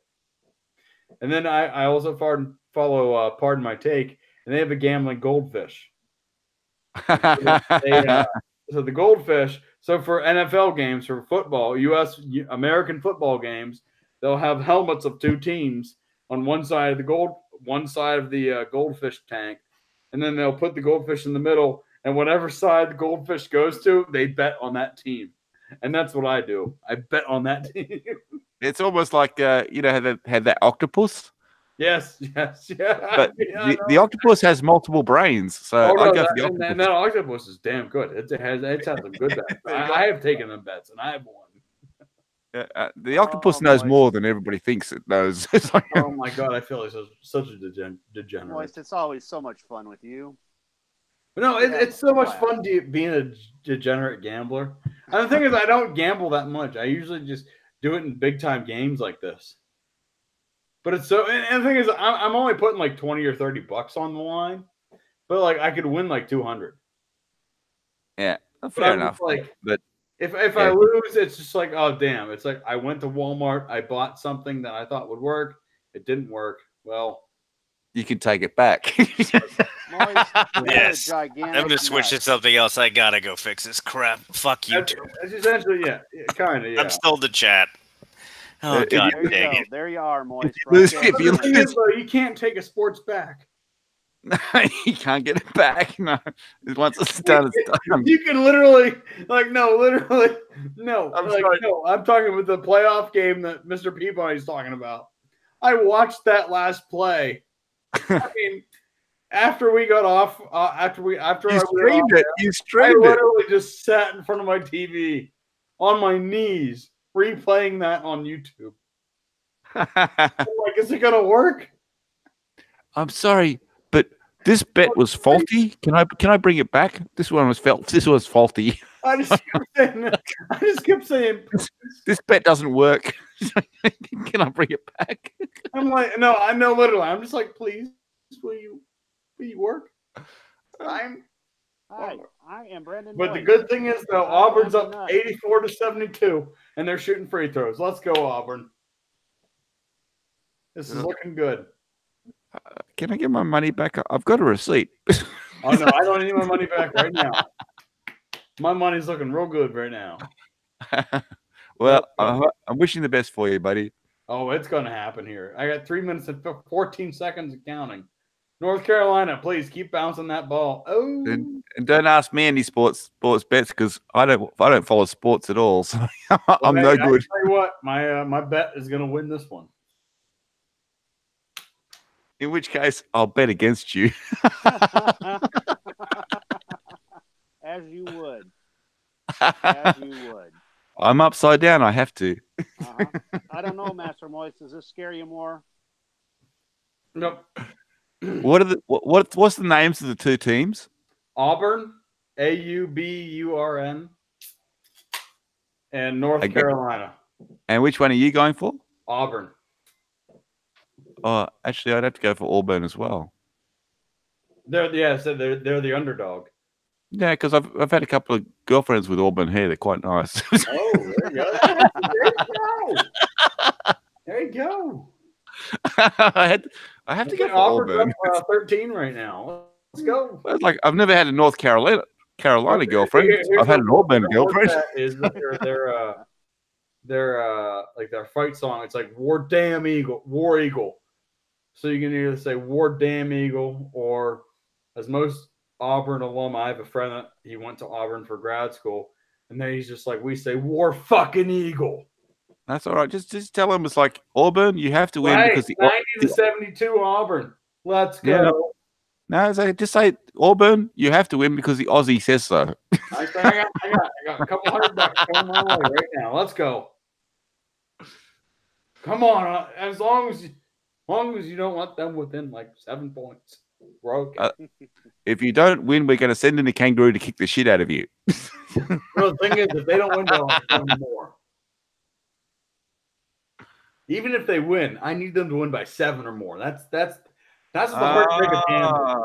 You could be winning a game, but if they don't win a game by the spread, you have to. Yeah. That's what I was going to say. You need right the spread. now, it's looking very good. It's looking great. But the thing is, though, I had money on. No, don't say that because the last time you said it looked really good and it was spot on. It went down the fucking Google. I have money line this time. Money line. So money line means I bet Auburn outright to win. So I'm looking good. Hallmark, I see you're rooting for the Tar Heels. And they're dribbling the ball down the court and they're passing to another player. Oh, look, he passed it to the other player. He caught the ball.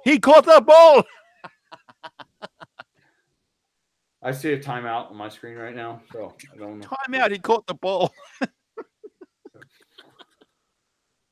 Oh yeah, no. This is basketball, yeah. This is good. Yeah, Auburn's gonna win the football game. Auburn's gonna win the football game. Shout out to Auburn versus Alabama, 2014, I think it was. So on the bright side, they're all wearing helmets. Yeah, no. There was it was a very funny radio call that what happened was Auburn was unranked and Alabama American football. They're like the number 1 team every year in college football. Oh no, Auburn. Jeremy's not going to be happy. Boy, Auburn is their arch rival, And there was one year that Alabama tried to kick a field goal to win the game, but they missed it. But if the field goal is short, the other team has the chance, if they have a returner back, they can return it to try to score a touchdown. And they did. They actually scored the touchdown. But once the Auburn guy broke free of the last Alabama tackler, the announcer on the radio kept screaming, Auburn's going to win the football game. Auburn's going to win the football game. Auburn won the football game. And 100,000 people just freaking stormed the field. People were going nuts. And I'm just like, this is the greatest radio call of all time. This guy's just yelling, Auburn's going to win the football game. It's like, we all know this, but this is awesome. And North Carolina is going down. Yeah, it's sort of like the same effect you get when you say, today's weather was this.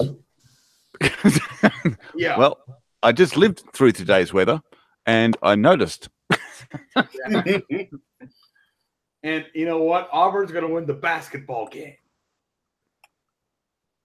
But it's important to know what today's weather was. Today's weather in the United States on the East Coast where I was, outside of D.C. Yes, that's very important. We were looking at 70 degrees Fahrenheit. Celsius, that might be I don't know, it's about 30. No, it's like the thing is that's the point. That's what I'm trying to say. Is there's no use telling us the weather we've already had. It's nice. It's good. It's like the fact is we've already lived through it. I mean, if they told me the temperature today, what it was this morning, what it was, the weather this morning for me was a beanie, a scarf, and a jacket and a jumper. Oh, that was my weather this morning, and we're supposed to be at the tail end of summer, right? I'm not supposed to be wearing any scarves. I'm not supposed to be wearing any beanies or jackets. It's supposed to be hot. Where's my heat? Bring back the heat. No heat for you. No heat for me. This is not a summer. This is not a summer. I'm complaining. I'm going to put it into the parliament. This is not a summer. It's the same as last year. That was not a summer. It's like, where's my summer? I didn't get a summer. You know, a summer would be 40-degree days. It's like, this is not summer. This is ridiculous. And I'm putting in a complaint. And next year they'd better turn up the thermostat a bit. You know, because Mr. Peabody does not do well in cold weather. I do not do well. There we go. Yeah, are you excited? You just might have gotten more treats. No, you have a freaking special stash of treats. You don't need any more. If you want to know something that stashes treats, try a ferret. You give a ferret like an M&M. No, honestly, no. I would love to have 3 ferrets in my life, and I would love to name them Oscar, Mayer, and Wiener. Yeah, no, but I'd love to see I'd like to be I just like to walk out of the bathroom and just see 3 ferrets run by me and be like, hey, there's Oscar, Mayer, and Wiener. Yeah, no, but you have to train them because otherwise they eat your feet. But anyway, a ferret. If you give a ferret an M&M, just like what a sly little note there. Yeah, no, but you have to train them unless they'll eat your feet. You know, if you give a ferret an M&M, right, what he'll do is he'll put it in his mouth, and then he'll take it and he'll stash it somewhere. And if you're giving him another M&M, he'll go stash somewhere else. He'll go stash that. If you break an M&M in half, he'll eat it. You know, it's like, oh, that's what's in there. Okay, fair enough, and he'll eat it. If you give him a little bit of ice cream, he goes nuts. He loves it. They love ice cream, right? But no, I used to have a ferret. Yeah. Oh, what was your ferret's name? Actually, I never named him. Oh, because he kept on biting me. He was just the ferret. Well, I got him, and he was not a tame ferret when I got him, so he'd bite me all the time, and I had to ring up the ferret society to learn how to tame him, and it was not an easy process. Oh, and it was not. They're little. They're steroid. Yeah, because they basically they'll latch onto you and they'll bite, and if you try and pull your finger out, they will latch on harder. What you have to do to tame the ferret is you have to hold it, offer your finger to it, and it will bite on your finger. And you're supposed to shove your finger into its throat until it lets go. Oh. My ferret would not let go, right? So if the ferret doesn't let go, what you have to do is dunk it in a bucket of water. So you dunk it in a bucket of water. Now, my ferret went for a few dunks Now, before it got to the point where it thought, if I bite him, it's not a pleasant experience because I get dunked in a bucket of water. And then after that, it's like he would come up and sort of latch onto my hand but not bite. And it's like, no, if I bite this guy, I'm going to end up in a bucket of water. And so he was fine with me after that. I could handle him and everything like that. He was fine. But God help everybody else because he knew what I tasted like, and it's like no, if I bite this guy, I'm in trouble. But I can bite whoever the fuck I like, apart from him. You know what I mean? That's what it was like. I just but what happened? Updates. What happened to him was he actually won. Auburn won. Auburn won. Well, I did tell them to win.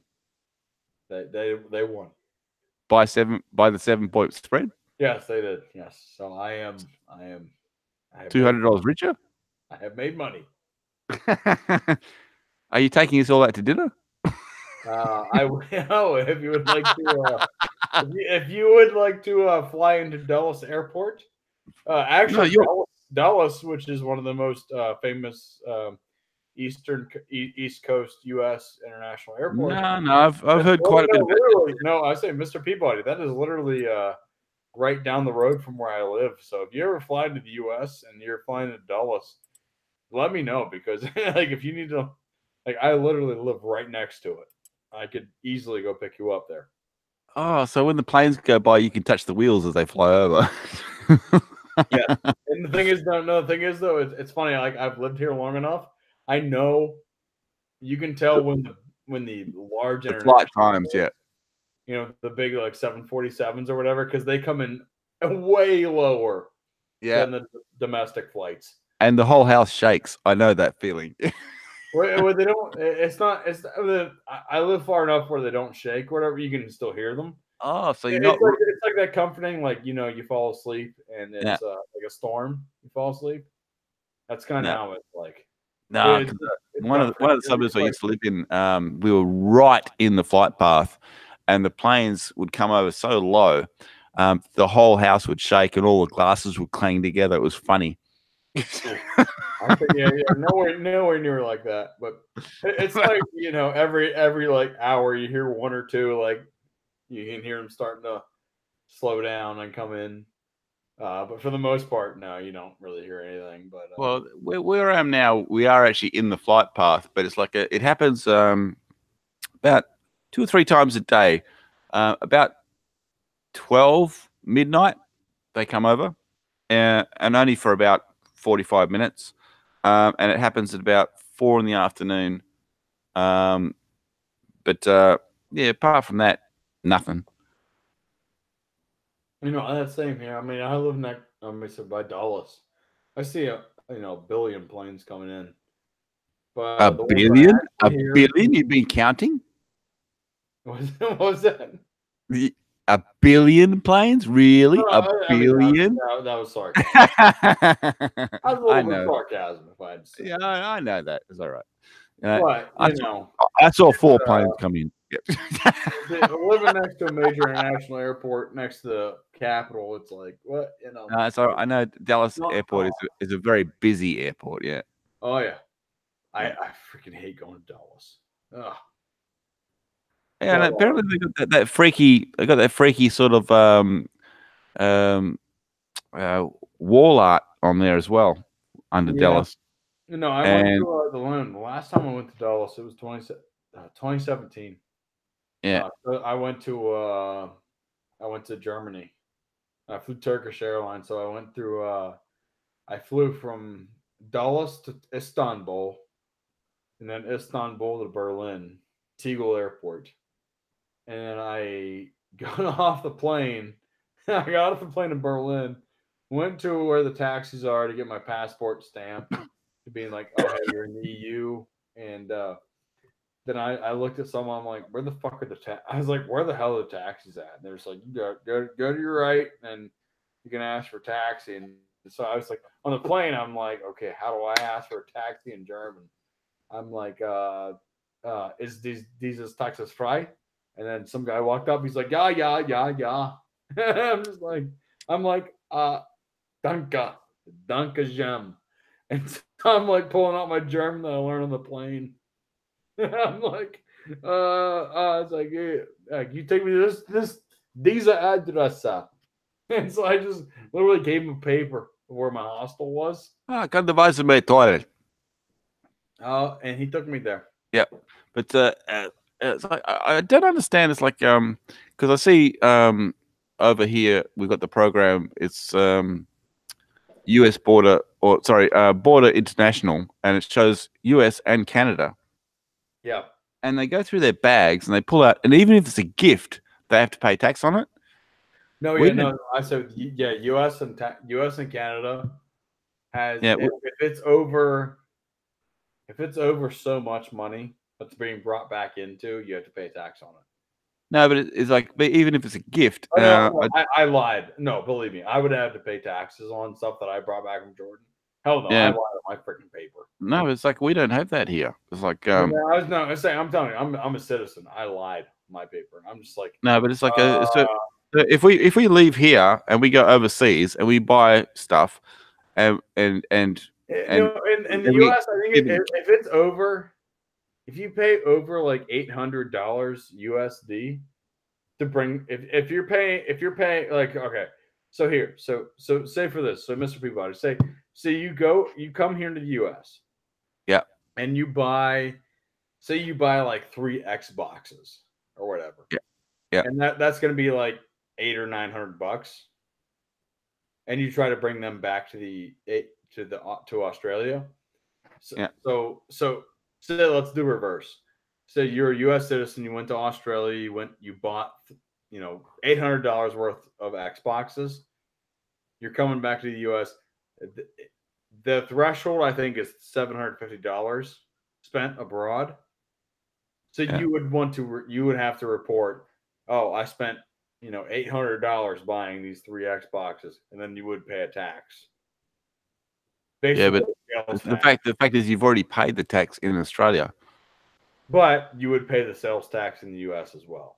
Yeah, that's what I'm saying is if I went to America and I bought Xboxes and I brought them back to Australia, I would not be charged tax. You wouldn't have to, but if you're coming to America again, Yeah. Oh, if I brought it back, yeah, that's what I don't understand. It's like even if say, I mean, here's the thing I can tell you that the U.S. tax code is 28,000 pages long. So, and you've read every page. No, I have not. I have read maybe like 3. Yeah, well, I'm pretty sure that most of the people in America, even the tax professionals, have not read every page. Yeah. No, even the lawmakers. Yeah. No, literally the U.S. tax code. They just kept on passing this shit and didn't bother reading it. Yeah. I say, Adam Johan, you feel free to drop in here anytime. Oh, we lost DJ. Sorry, I didn't even realize we lost DJ. I know we did lose DJ. He said he would be. Yes, we lost DJ. He is having issues. Yeah. Yeah. Oh, yeah. He was having issues. Yeah. But I mean, I'm telling you, the freaking. Well, for me though, as being a recent student with grad school and everything, my tax, holy hell, because you can like claim all of your loans and whatnot you take from tax return and whatnot. It was almost quadruple what I expected, which was good because that's stuff I can save for and I can prepare my loans for and everything. I'm not going to be like one of those, oh, hey, let's go out and spend it right away or whatever. Like blah blah. Like it's like I want to go to Chicago for Star Wars celebration, but it's like no. It's like with Jon Snow's medical expenses and everything. I don't think I can do it because I need to pay that back. Because Jon Snow's your dog, isn't it? No, he was my cat. He was my cat. Cat. Yeah, sorry, I was close. I knew it was a pet. Yeah, no, and I said, Mr. Boo, I don't know if you know, he passed away. Oh, did he? Oh, man, I'm sorry, man. On March 2nd, he passed away. Yeah, I'm sorry, buddy. He had an overnight stay in a hospital. that I tried to do everything. I mean that's why I can't go to Chicago, is because I tried to save him with that overnight stay and everything to give him. But the thing is, though, it gave me 2 more days with him. Yeah. And No, to me, those days are priceless. No, it's like I don't care if it's dog, cat. When I don't care if got home, he was dog, cat, or ferret, whatever. You grow attached to any pet, and your heart breaks every time you lose one. Yeah, and it's like when I came home those last couple of days from work, he was there waiting for me, and he rolled over, wanted his belly rubbed, just like normal. And but the thing is, he kept trying to hide. And I've looked it up more now, and it's like when cats are like they think they're dying. When they think they're dying, they go off to die. Same with dogs, and they try and go off and do their own thing and die, But but John had he had an asthma attack earlier that week, and that's why I took him to the ER, and he stayed overnight and everything. That's why, that was expensive, and that's why I can't go to Celebration. But he on that Saturday, he was fine. He ate his breakfast, and then we started playing. And then I always on the weekends, because I do this during the week too. Even with my new cat Danny, I hide treats throughout the apartment so they can go find them throughout the day while I'm at work. It gives them something to do. And if they find a treat, oh good, they get a treat.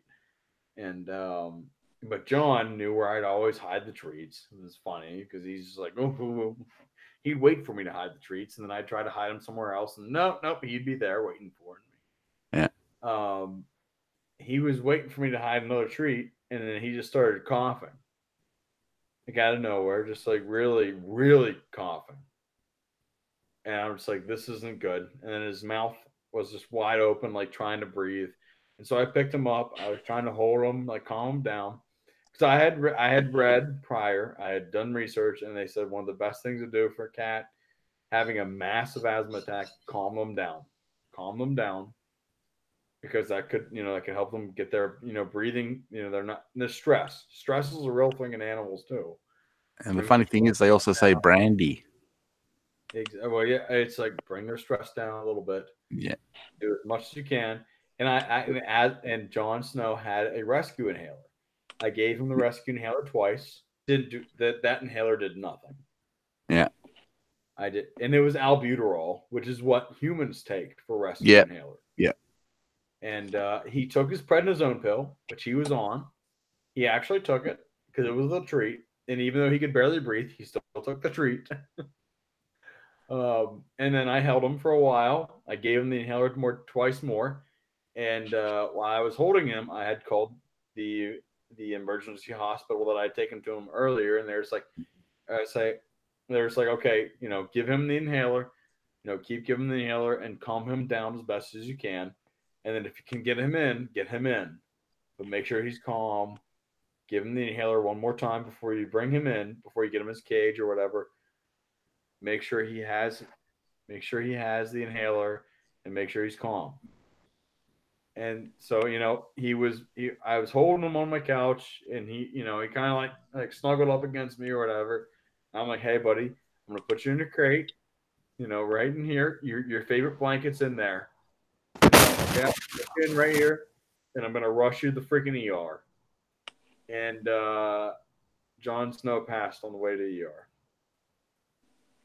I literally ran into the ER with the crate, almost fell over. And I was like, I don't know if he's breathing. And there was literally a ER vet there waiting for him. And they literally ran, the guy pulled him out of the cage, ran him back, and was doing everything he can. And I was just a basket case, because I was just like, I don't know, this might be the end. I kind of knew it. I had these scares a few more times prior. And he came out and he said, I don't have a heartbeat. He's like, do you want me to do CPR? It's okay if you say no. He's like, you said, but like about maybe, he's like, you were on your way about 20 minutes ago to get here. You know, I don't know. And I asked him, like, what does CPR look like? He's like, he's gonna have about three. He would have about 3 tubes shoved down his throat. Yeah, and there's no guarantee. And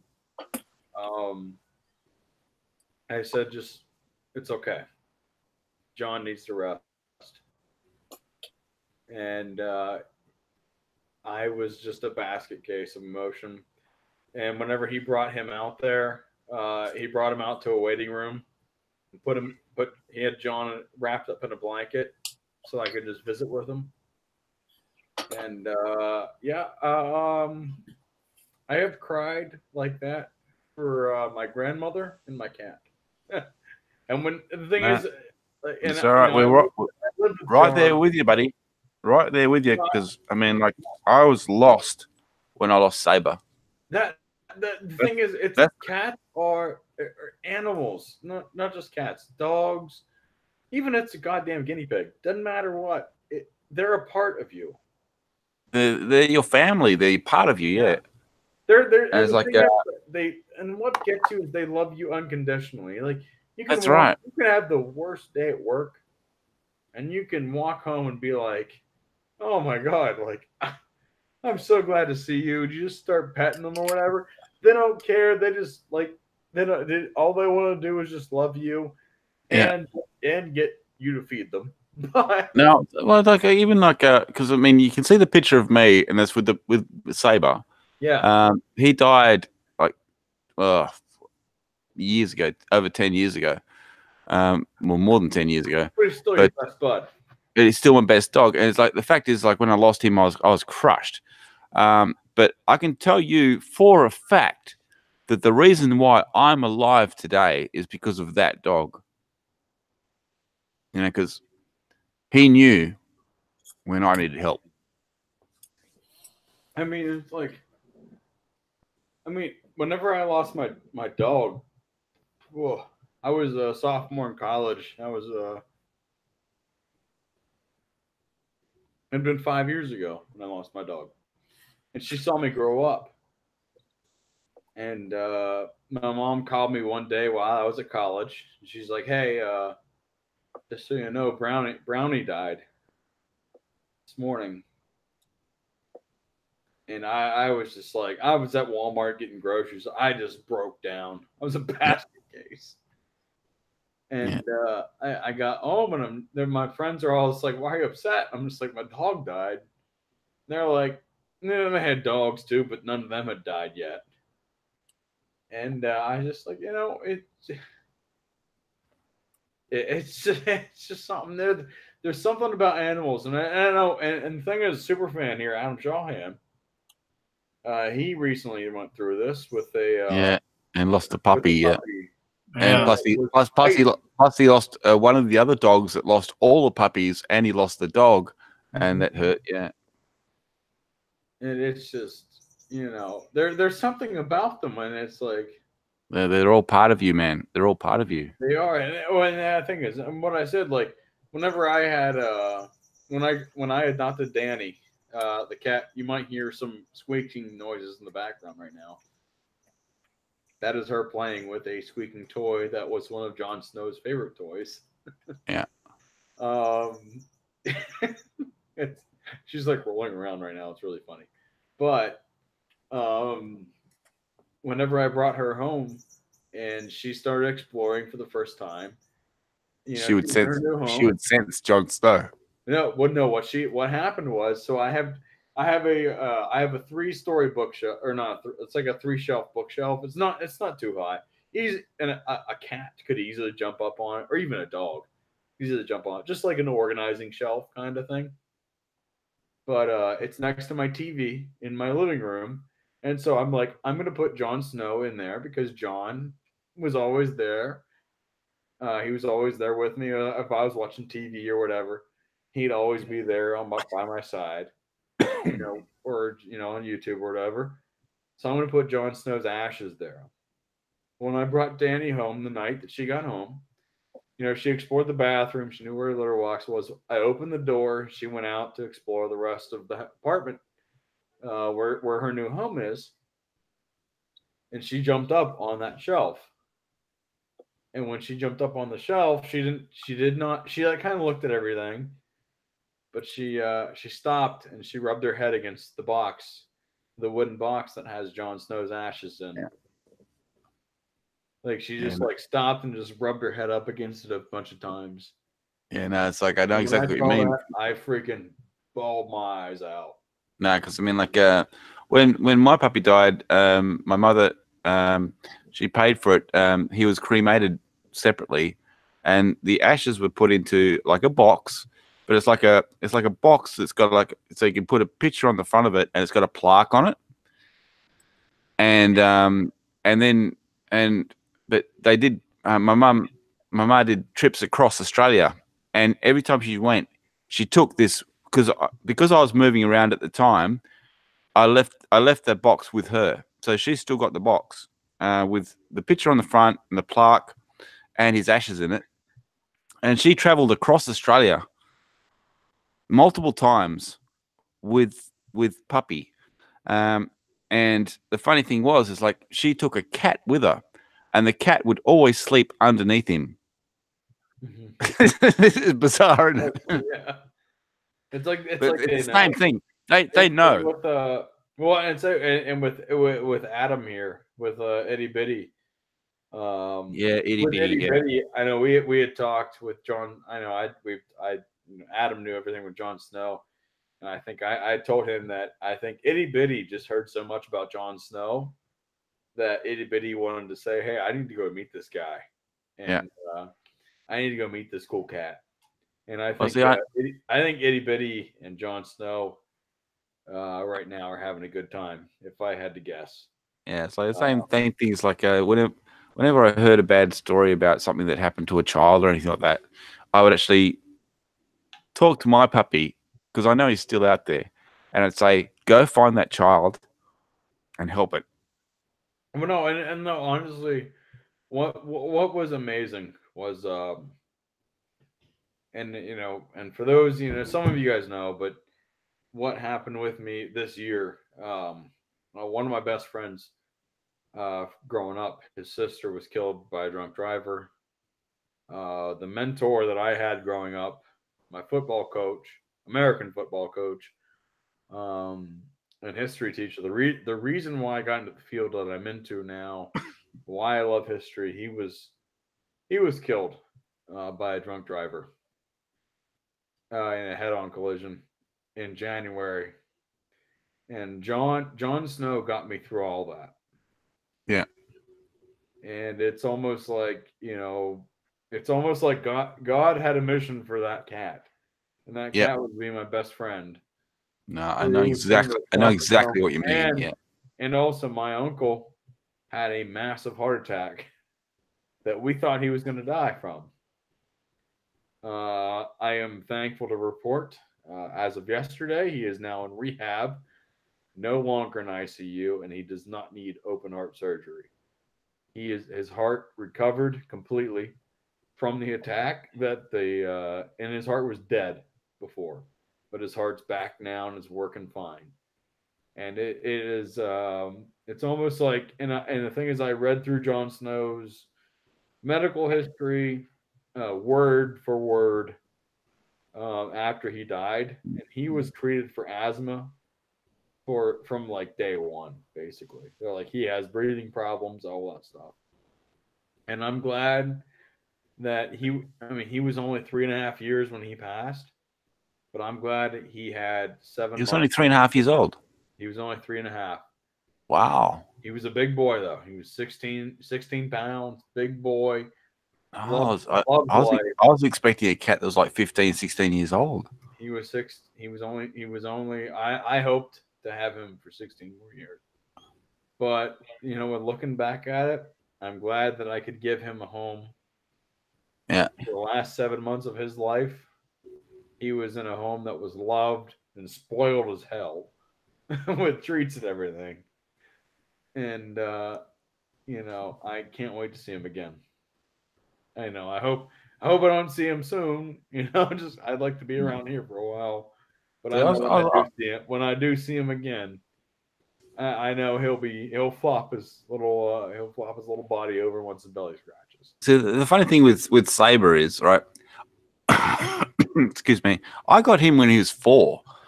I did not name him, right? I'm a Star Wars freak, but I did not name him Saber. You know, I got him. His name was Saber, and I didn't have to teach that dog anything. So no, Jon Snow. His name was Wheaton before. Yeah, he was just giving up, and it was because of his asthma. Yeah, no, it was because they didn't want to treat him for his asthma anymore. I'm just like, and when I saw him in the shelter, I'm like, this guy's adorable, and all he wants is love. Yeah, but no, but it's like I was a nurse, and the fact is, Saber was owned by a nurse that had injured her back, and she could no longer care for him, so she gave him away, and I took him in, and I didn't have to teach that dog anything. It's like all he had to do is give him a sentence in context, and he'd do it. Yeah, it's like, it was bizarre, but it's like if you gave him one word commands, he'd like look at you like, what do you mean? But if you put it in a sentence, he knew exactly what you're talking about. Yeah. Do you know what I mean? Yeah. You could give him complex instructions, and he would follow them. He'd know exactly what you mean. It's like, don't go through that doorway because of this. Go around to the other doorway and come through that way, and then do that. And he'd do it. It's like, you giving, as long as you put it in context, he knew exactly what you meant, and he'd look at you like, I'm reading your mind. I know what you want me to do, but I don't understand these one-word commands. Do you know what I mean? You know, it's amazing how you can communicate. But it's like, it's like one of the most favorite quotes that I've ever had. It's like, you never truly loved until you loved an animal. Yeah, no, it's like one of the most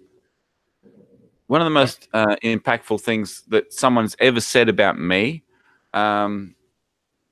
happened about 2003, and someone said he treated that dog like his own child.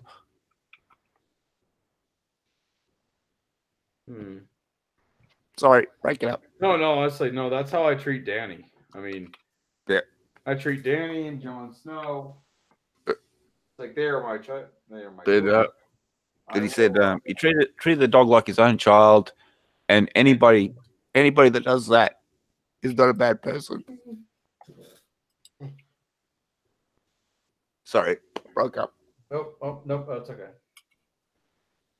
No, I'm trying to get Danny to show up here. Come on, Danny. You're not going to do the locust dance. Yeah, no. I recognize the room.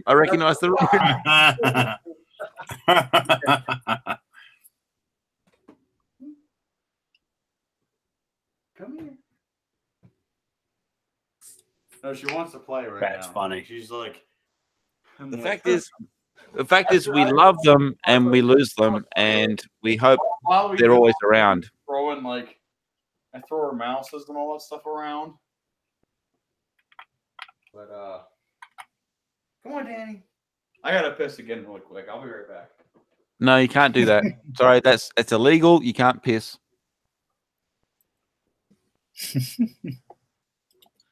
It's like, sorry, Adam. That stuff brought back some memories, and you know how bad I get. You don't gotta apologize to me, man. That's all good. I'm just glad we cheered you up.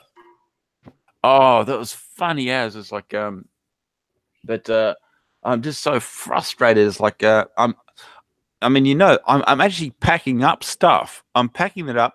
I'm moving it to the outer room, so it's ready to go. And by the way, I've got a shitload of clothes that I don't need. It's like, I packed up some of my clothes, and I thought, "Fuck, this is heavy." It's like, I don't need that much clothes. But I mean, like, you know, summer, winter, blah, blah, blah. But I've been packing stuff up, and I've been slowly moving it to the outer room because the last thing I want is like if shit really does go down and the police turn up and say, oh well, you've got to be out of here and you can't stay here at anymore and you're out, blah blah blah. But you can come back and pick up your shit. I want all my shit in one spot. Yeah. So that's what I've been doing is like but I've been very carefully packing up stuff because I need to be able to find stuff. So I've been packing it up in small increments. So the last thing that's going to be moved is everything on this fucking desk. And you've seen this desk, and at the moment, it is absolutely covered with paperwork and crap. And so basically everything on this desk, including the desk, should fit in the back of the station wagon. So that's 3 computers, it's 3 monitors, and the desk, which is a corner desk, which is a large desk. But it's like I'm just packing up shit, and so if I took a shot around the room, which I can't anymore because the battery on the phone that I usually take pictures with, it's a lithium battery and it's failing. Hey, no, Danny, she's not spoiled at all. Not at all. No. You treat her so harshly. Hey, Danny. You say hi? You say hi? No, I don't think so. I don't know these people. I don't want to talk to them. No, she will get She's down. saying, there's voices coming out of the speaker. Let him out of the speaker. Why did you stick people in the speaker? I don't understand you. Where's my treat? No, I grabbed her bag of treats and she just walked right up. She's like, "Thank you." Yes, I don't understand why I have to share my space with people stuck in speakers. She's like, oh, "Okay, why is this necessary?" Why is it necessary to trap people in speakers? They are interrupting my rest time. Yeah, no. The thing is, though, she's on she actually is on my schedule with work and everything. So I usually go to bed around 10:30 or 11. And if it's 11 and I'm not in bed, she goes back to my bed and just sits on it. And then when I walk back to bed, like to go to sleep, it's just like I crawl into my blanket. But if it's not her liking, she will just walk up and then put her paw on my shoulder. I'm just like, well, what is wrong? And I like adjust. Same thing happens to Adam. Same thing happens to Adam. If he doesn't tuck the dogs in at night at the right time, they all go off at him. Yep. Yeah, that's true. It's like they all get upset. It's like, hang on, I'm checking my watch here, and you're late. Yep. It's funny how they know that. Yeah, no, they fully know the time. It's like I've told this to Adam, and I might have told it to you before, but every Saturday morning, my dog would, he'd come in and out, blah, blah, but every Saturday morning he'd disappear. He wouldn't jump any fence or anything like that. I had a very low fence, but every Saturday morning he jumped that fence and went to the local football game so he could walk around with his sad eyes saying, I'm starving. And everybody would feed him. So he knew that on Saturday morning at a certain time, that was football time, and that's the time to hit that oval. So it sounds like Jon Snow, honestly. Because Jon Snow, he'd be like, even though he would get his food. Yeah, exactly. Say he would get his food at he'd get his food at 5:30. He gets full dinner. It's full dinner. And he would eat almost everything, but he would always leave a little bit because he'd always snack later. But no, if I had a friend over, they'd walk in, he'd walk up and he'd just start freaking like, I need food or whatever. But they give that face. They give that face. It's like, I'm starving. They never feed me here. Yeah, exactly. It's like, Jon Snow, you are 17 pounds. You are fine. Yeah, no, it's like same thing with my dog. It's like, but he had this face. It's like he put this face on. It's like, I'm starving. I'm starving. Oh my like, gosh, and it's it's like hilarious. everybody was like, they'd break their hot dogs in half and give it half of him to him, and he'd walk on to the next person and say, "I'm starving." I mean, I know here. So when growing up with my dog, she was an outside dog only. She loved to be outside, no matter what the temperature was. She loved to be outside. Like we'd bring her in, like she was a fox terrier, but so she loved to be like, and we live in the middle of a bunch of farm fields where I grew up. So there's farms all around. There's cows grazing or whatever. So there's tons of stuff for her to see, and she always liked to see it. She's like, oh, I need to like be on top of my box, on top of my dog house, and see everything that's going on.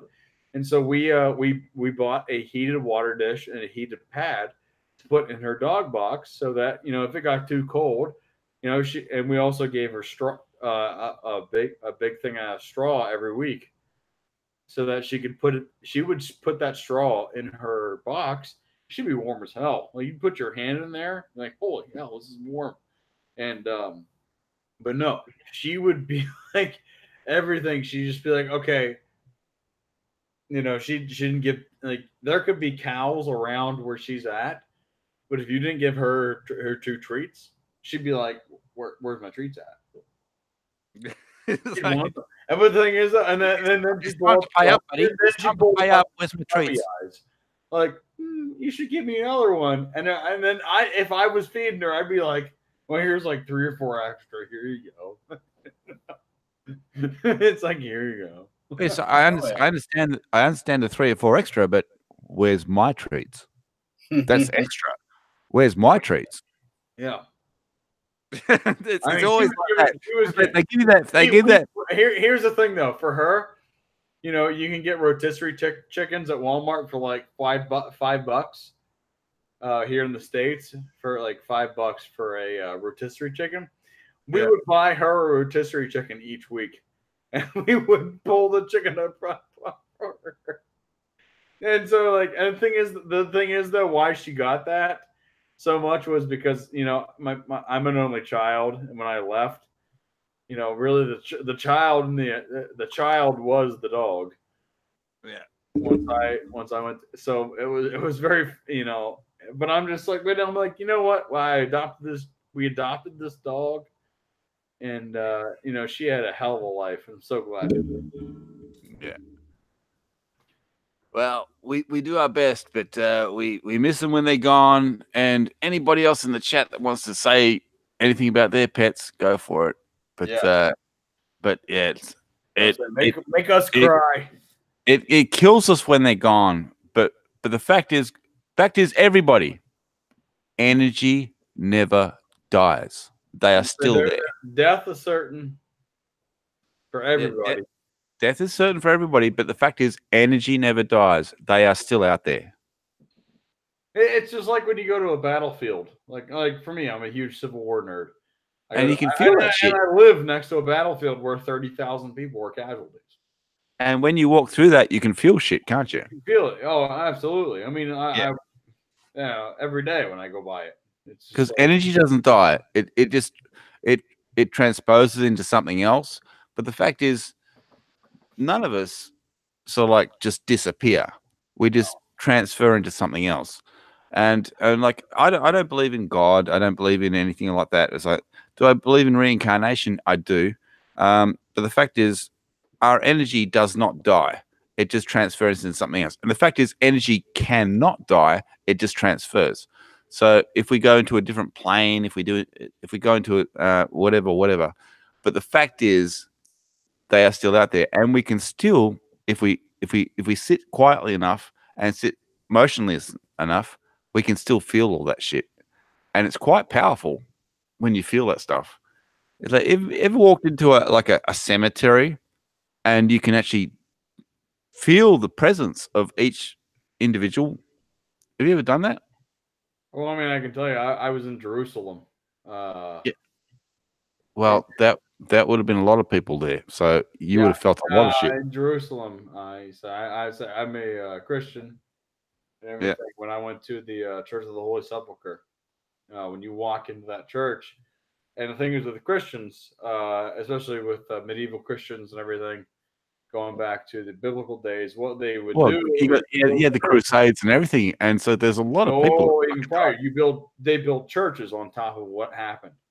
Yeah, exactly. And, when you walked into that, and you see on the walls, you can see like the crosses carved into the walls that were from like 1200, 1100, 900, 800, 700, 600, 400, 300. It's crazy. Yeah. And when you walk up to Golgotha, which is where Christ was crucified, it's just like it was something that I've never felt before. It was just like, even as a Christian, I'm just like, this is what? well, not only that, but the number of people that fought over that land is one thing, but also it's a meridian point on the planet, so the power would have been quite intense. Yeah, but it's like when you go to the other side of the church, and you're going over there to the where they believe that the tomb was. And one of the best parts is that the Church of the Holy Sepulchre is not cared for technically by Christians. It's cared for by Muslims.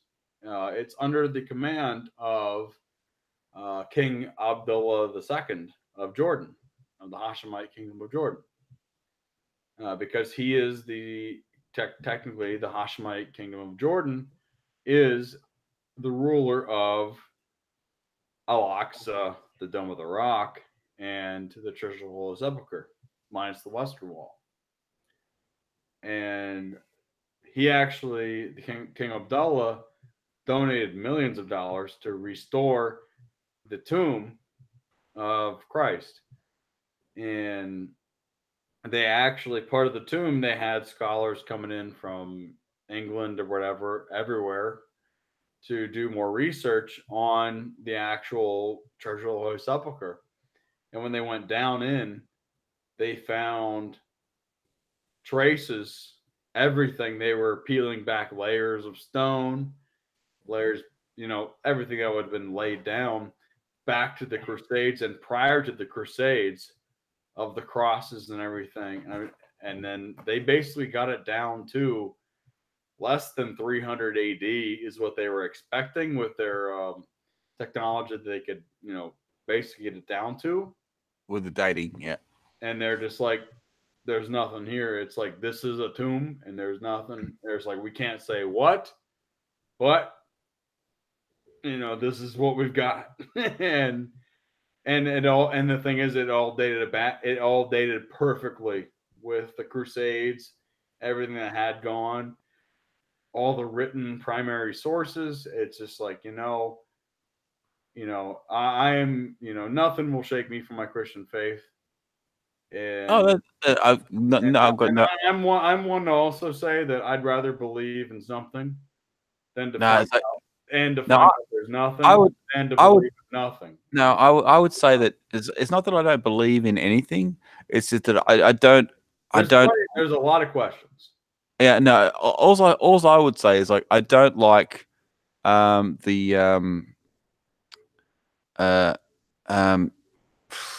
oh, sorry, I lost the words. The religions, the indoctrination of the religions is like there's plenty of issues. But yeah, it's like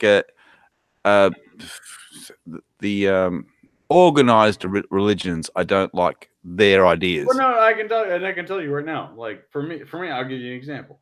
Like I'm Protestant. Do I agree with Methodist, Lutheran? Within Christianity, you have Catholicism and Protestantism. Yeah. I am a Protestant. I have nothing against Catholicism, but I view Catholicism as being more, traditional, more ritualistic, or whatever, but it's like we're getting to the same point. It's like, we're getting to the same point. Yeah, the thing is, like, I was brought up.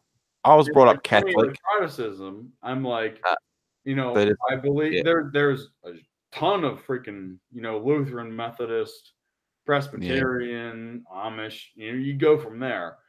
But no, It's like, okay, I was brought up Roman. I'm just Protestant. Yeah, I no, believe Jesus Christ is my Savior. Jesus Christ is the way to heaven. I am a sinner. I ask God for forgiveness of sins. I'm looking for the essentials of Christianity is what I'm looking for in my faith.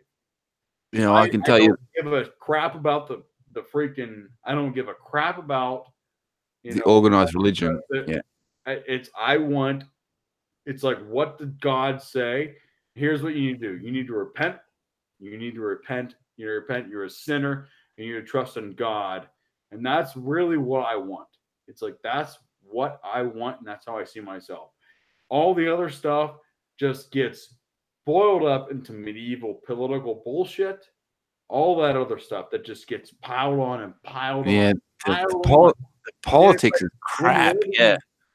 Exactly. And I think that's Mr. Peabody, and I think we're on the same page. It's like we're really trying to look for just like it's like we just want it's like, okay, so what do you want? And then everything else just gets freaking just piled on. It's like, oh, you need to do this, and this. It's like, but no, if you really look at what's going on, it's like, what did God want? Repentance, you know, acceptance that you know you're gonna sin and you need saved from that. It's like that's it. It's like I can tell you that I do pray, right? But who do I pray to? Do you know who I pray to? My father and my puppy. Because I know they're out there and I know they hear me. Right? Do I pray to a God? No. Do I pray for forgiveness? Of course. But not to any organized religion. I just know that if I pray to my puppy and I ask him to do something for me, he does it. Because he's who I understand, and also my father, same thing. It's like, but I know that. I mean, even now, I know that puppy is here with me. I can feel him. I know it's hard to understand that, but it's like I can feel him. If it makes any sense. So I know that I've been talking about him, and he knows that I've been thinking about him. So he's here. So who do I pray to? I pray to my puppy, and I know if I ask him to do something, and he knows I don't ask anything for myself. He knows I ask him to do things for others, which I think is important. But you know, because you know, you hear some heartbreaking stuff, and I ask him, please go help that person. You know, but as far as organized religion goes, I couldn't give a flying fuck about them. You know, the Bible. Yeah, don't give me the Bible. As far as I'm concerned, the major book is the dictionary. But I mean, like, I will not put down anybody else's religion. I'm just telling you where I come from. And I've done the whole thing as like as I said, I was brought up Roman Catholic. And I went to church every fucking week, and I went to a Roman Catholic school, and I did, you know, everything through that and everything like that.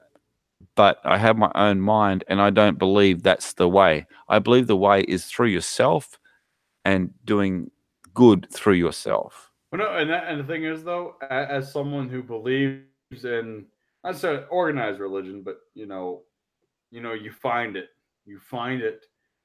as some how I would believe, how I say it, as someone who's Protestant, but not necessarily conforming to like Methodist, Lutheran, or whatever. It's however God leads you. How I view it, it's how God leads you to that path. Well, I believe as long as you've got a good heart, and that way, like, I mean, I'm telling you, that's the fastest way. Yeah, like literally personal experience. My uncle, his heart, he had a massive heart attack, and his heart was dead. And the doctors was telling his family, and my family, saying, you need to make the decision: should we keep him alive or not? And we kept him alive, and the doctors were just like, they were blown away. He is now going home. He went home last night. His heart is working again, completely fine. Do you know why? And it's just like, because your whole family sent their energy out into the universe, and your uncle got that energy. Exactly. And the thing is, and it's like, I feel like God said, hey, it's not his time. He's here, and he's going to give us a lot more. We're going to have a lot more great times together, and I'm grateful for it. And you know what? It's something that nothing can ever take that away from us. It's incredible. Like, even the doctors were just like, we don't know what to say. Like, this is awesome. Like, we can't tell you why this happened. But the thing is, I had coworkers. I had said, like, I'm Christian. I have a coworker that she is, she's extremely, with her Jewish faith, and she's like, I told my rabbi, and we told our congregation, in the synagogue, and we prayed, and then also we have another great family friend who's Muslim, and he had told his imam, and they had prayed and everything. It's it's like all of it just came together. And so it doesn't rely on the God. It relies on the people actually sending out their energy. But I'm not putting down any religion or anything like that. I'm just saying that I don't follow it personally. But do I believe in a greater power? Yes, I do. All right. Now, if anybody wants to call that God or whatever, that's fine. But do I believe in a greater? That it's beyond what anyone could understand. Exactly right. It's like, and the fact is, and that's the thing with I say with even the Christian God, with the Trinity, with the Father, Son, Holy Ghost, we're not supposed to understand that. No, we're not supposed to understand. No, because what they did was they wrote a beyond human comprehension. They wrote a book to baffle us with bullshit. But the fact is like, it's much more central than that. It's part of us. And if we want to come to God, it's like it has to come from us. It can't come through fucking words. It has to come from us. Well, the thing is, I would tell you even with the Bible and everything, with reading the Word or whatever, it's not supposed to be you just read it and you believe it. It's supposed to be you read it, you understand, you comprehend, you try to comprehend, you work with it. It's not supposed to be something that you just immediately understand. You're supposed to you're supposed to question. You're supposed to do everything. No, but I understand that, but what spoilt that was different religions actually taking every word literally, which spoiled everything for me. It's like Jehovah's Witnesses come up to me and say, well, in the Bible, it says not to take the blood from anybody else. So they don't take blood transfusions or anything like that. Oh, yeah. I know. And well, no, I'm using this just as a point. I'm not trying to bash any religion, but I just say, it's like, I asked them, I said, can you please show me the passage in the Bible that says that? Right. No, anyway, honestly, no, I believe you. I know, right there. I'm with you. I mean, especially someone who has studied, Islam, and who's lived in the Middle East and everything. I'm just like, and especially one of my, I focused on countering, terrorism in grad school, and my focus on countering terrorism was using Islamic text to counter it. For those that wanted to take it literally, to be like, okay, well, here's how we can counter it, so we can go against what they're trying to argue. Yes, no, I'm completely on your page there. That it, and even when you look at Islam, the branches that, I'm trying. Damn it, I can't remember the freaking name off the top of my head. No, it's okay. I'm fumbling through as well, Maurice. Don't worry. There's like 6 different branches main branches, and then there's like a bajillion different off of it. Yeah. You know, but you know, it's like you kind of like you conform. You know, not necessarily conform, but you adapt. You understand where where runtimes are, and you see where it fits in, how it fits in, how it gives people hope, but how it doesn't necessarily force law, I guess. Yeah, no, I understand that. It's like because the fact is, like, a lot of the stories are inspiring, and they do show a lot of wisdom, and I fully agree with that stuff. But it's when I think is that when you look back, I mean, especially with even with with the three Abrahamic religions, with Judaism, Christianity, and Islam, and then even with the most with the Epic of Gilgamesh, and you look at the traces of Buddhism and everything, and you get down to it. Treat your neighbor as yourself. It's exactly, yeah.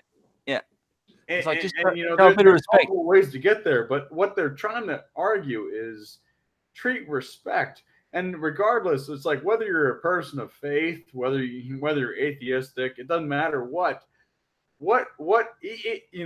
even if you're atheistic or whatever, if there's God out there, what would God want you to do? Treat people as, treat them respectfully and give them a chance to prosper. That's what, I feel like that's what God would want. Whether you're atheistic or what, or whether, and what we're taught in Christianity, you need to treat people as you're going to be treated, because everybody has a chance to succeed and everybody has a chance to make something for themselves to better the world. Yeah. I was like, all we have to do is just open up our ears and listen a bit more, and show the respect and the kindness. It's like, and I don't want anything off of the next person. All I want is to reach out and say, hi, I'm here, blah, blah, blah. How you going? And be recognized. That's all I need. I don't need. Look at us. Just look at us here. We have different, theologic differences. We're having a good time here talking about it. No, it's like, and you brought me out of a dark space because I had a really rough week, and I really appreciate it. And the fact is, we're just having a discussion. We're not arguing at all. We're just having a discussion, and we're bouncing thoughts back and forwards. No, and that is what's, and the thing is, it's like even in faith scriptures, like in the Bible, that's what's supposed to happen. You're supposed to debate. You're supposed to talk. And the thing is, that brings people together. It brings, brings people. You can talk about your differences. You can talk about all this stuff. You don't have to go on Twitter and just bitch about something and claim everybody else is wrong or whatever. Which is what we're seeing today now. Well, the fact is, I wouldn't be here if I wasn't interested in listening to you. Do you know what I mean? It's exactly the same. Yeah, exactly. Yeah, it's like Star Wars and whatnot. It's like it's Star Wars, but we're not talking about Star Wars anymore. But it's like the fact is, I wouldn't be here if I wasn't interested in hearing what you had to say. Exactly. Do you know what I mean? I want to hear I want to hear your experiences. I want to hear what your life is like. I want to know what it's like when you walk outside your fucking door. It's like it's like I want to share a little bit of my space with a bit of your space. It's like that's what I want to do. Exactly. And then the thing is, and the thing is that this is a great example. Like, this is something that I feel like most people want to do in today's sphere, but people get afraid to do so because they're just like, oh, well, if someone hears us the wrong way, all of a sudden I'm going to be a hashtag on Twitter. Or I'm going to be the next bad guy. I'm going to be the next Jesse Smollett. I'm going to be the next Hitler. Jesse Smollett, don't tell me. That guy. Yeah, that guy's ridiculous, and he should never have got away with that. And I hope they do bring federal charges. I hope they do. Yeah, he freaking lied. I mean, like, there's that's complete bullshit. And if anybody else had done that, they'd be in jail. I could not believe that when I saw it. Yeah, it's like it's like they've got the proof. And I'm sorry, but it annoys the absolute crap out of me because they predicted that he'd get away with it. But I'm hoping that the federal FBI will come in and say, well, I'm sorry, but you fucked up. I said I do believe that the FBI is involved right now. So they're still involved. They haven't put forward anything yet, but Yeah. they might be shut down. Yeah, who knows? Unless Trump would say no, don't do it. You know, who knows? I But say from here in the U.S. right now, we're all just like, who knows what's gonna happen? yeah, but it's like we got you know, the Mueller the report, fact but the fact is, all around the world, right? We're all in the same boat. We're Yeah. all frustrated with our politicians, right? We all know that there's a power hungry mob out there that want everything for themselves, and they what they do is they send us against each other so that they don't have to worry about getting attacked themselves. It's ridiculous. It's like, no, we should be standing together and saying, "Excuse me, but fix this." You know. But Yeah. instead of that, they put us against each other so that they don't have to worry about that shit. If you know what I mean.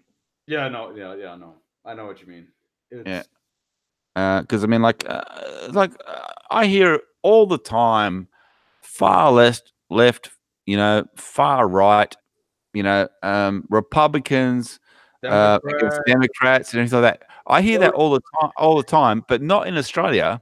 We've got our parties here, but it's the same thing all throughout the world. Whereas they're all vying for a little bit of an edge, and all they're doing is cutting each other down. Work fucking together. honestly, no, that's my biggest. Who I will vote for in 2020 will be the most bipartisan candidate. Yeah, I was like, That's work together and get the job done. I can tell you, I worked on Capitol Hill in 2016 during the election. I did not vote for my candidate. I did not vote for Donald Trump. I worked in a Republican office. I did not vote for Donald Trump. I voted for John Kasich. Yeah, I was I like, did not vote for Hillary Clinton, but I voted for John Kasich. I wrote him in because John Kasich, though he's a Republican, don't care that he's Republican, he was the most bipartisan candidate. He wanted to reach across the aisle. And the thing is, you have 330 million people here in the United States. Okay, so what? You piss off 2 million far right people and 2 million far left people? Fuck that. If you can freaking get a deal and get a policy that will meet the demands of like 290 million people or 300 million people, which is the majority of this goddamn nation, please do so. Yeah, that's why we voted you into office, and that's why you're here. That's why we broke away from the goddamn Britons back in 1776, because we wanted to do it our way. We didn't want anyone else to dictate it. We didn't want any freaking elites to do it. But by the way, we have elites doing it now. But let's freaking fuck the partisanship. You know, it's the same everywhere. It's like, you know, it's like when they say, "Oh, this person did this or this person did," we put our hands to our ears and we just go la la la la la la la. No, it's just like work together, man. It's like everybody work together and get the fucking job done. It's like, the thing is, to me, it's like bipartisan. Who can work with the other side to get the best deal?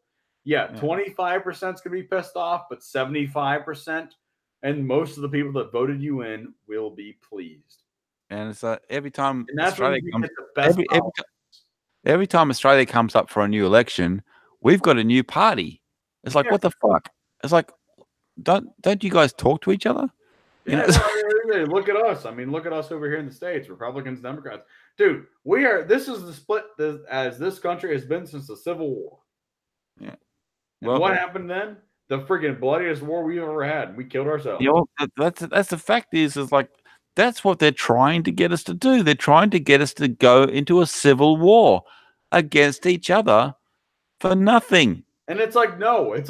Yes, you might have a difference with your neighbor, but it's like nothing. You could have a barbecue and be like, "Oh, hey, what do you think about this policy?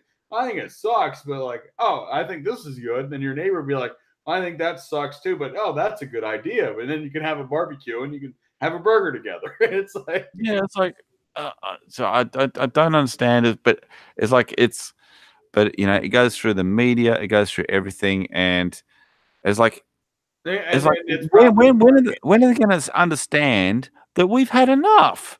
Exactly. And the thing is, it's like when you look at the media, you look at like in the U.S., you look at Fox, you look at CNN. Sorry, buddy. My ma's on the phone. Hang on. Oh, no, that's okay.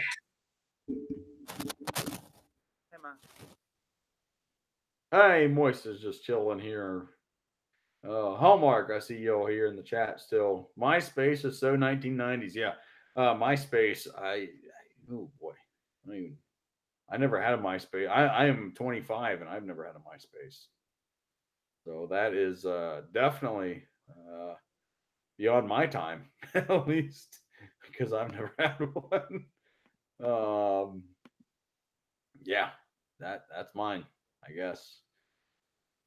I don't really have much to say about MySpace, but probably about it. Oh, hey, Danny. Are you sleeping? You don't look comfortable, but you are. Yeah, you're sleeping. Yeah.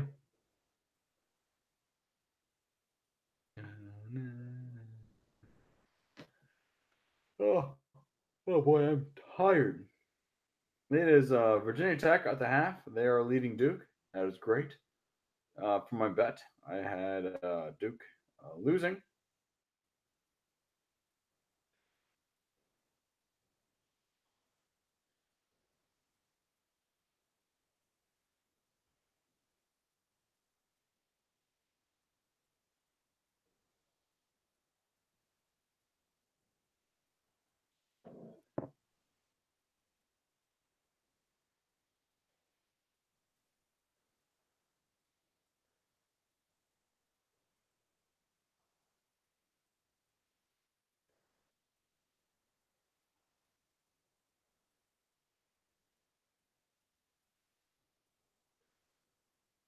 Whoa. So what am I oh. Wow. Whew. Homework. Tell me what you're thinking right now.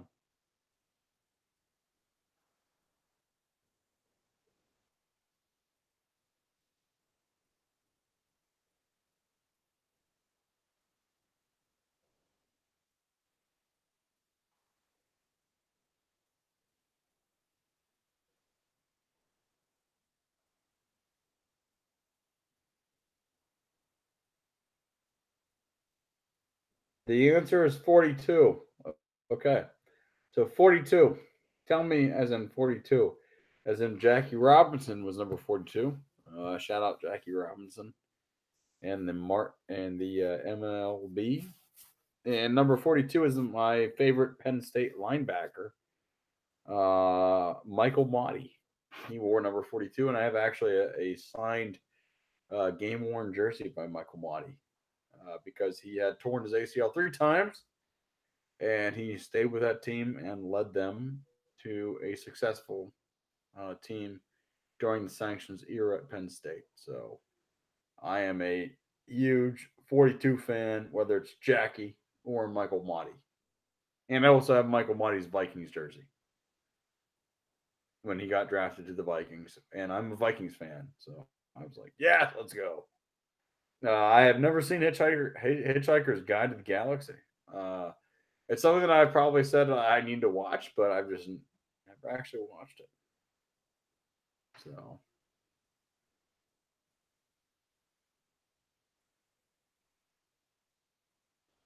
But yeah, I'll probably give. I'm gonna give Mr. Peabody a few more minutes here, and then I'll probably close out the stream if he doesn't pop back in. Just because myself, I'm getting pretty tired here. Probably just pour a couple drinks here and then watch the rest of the Duke game and Virginia Tech.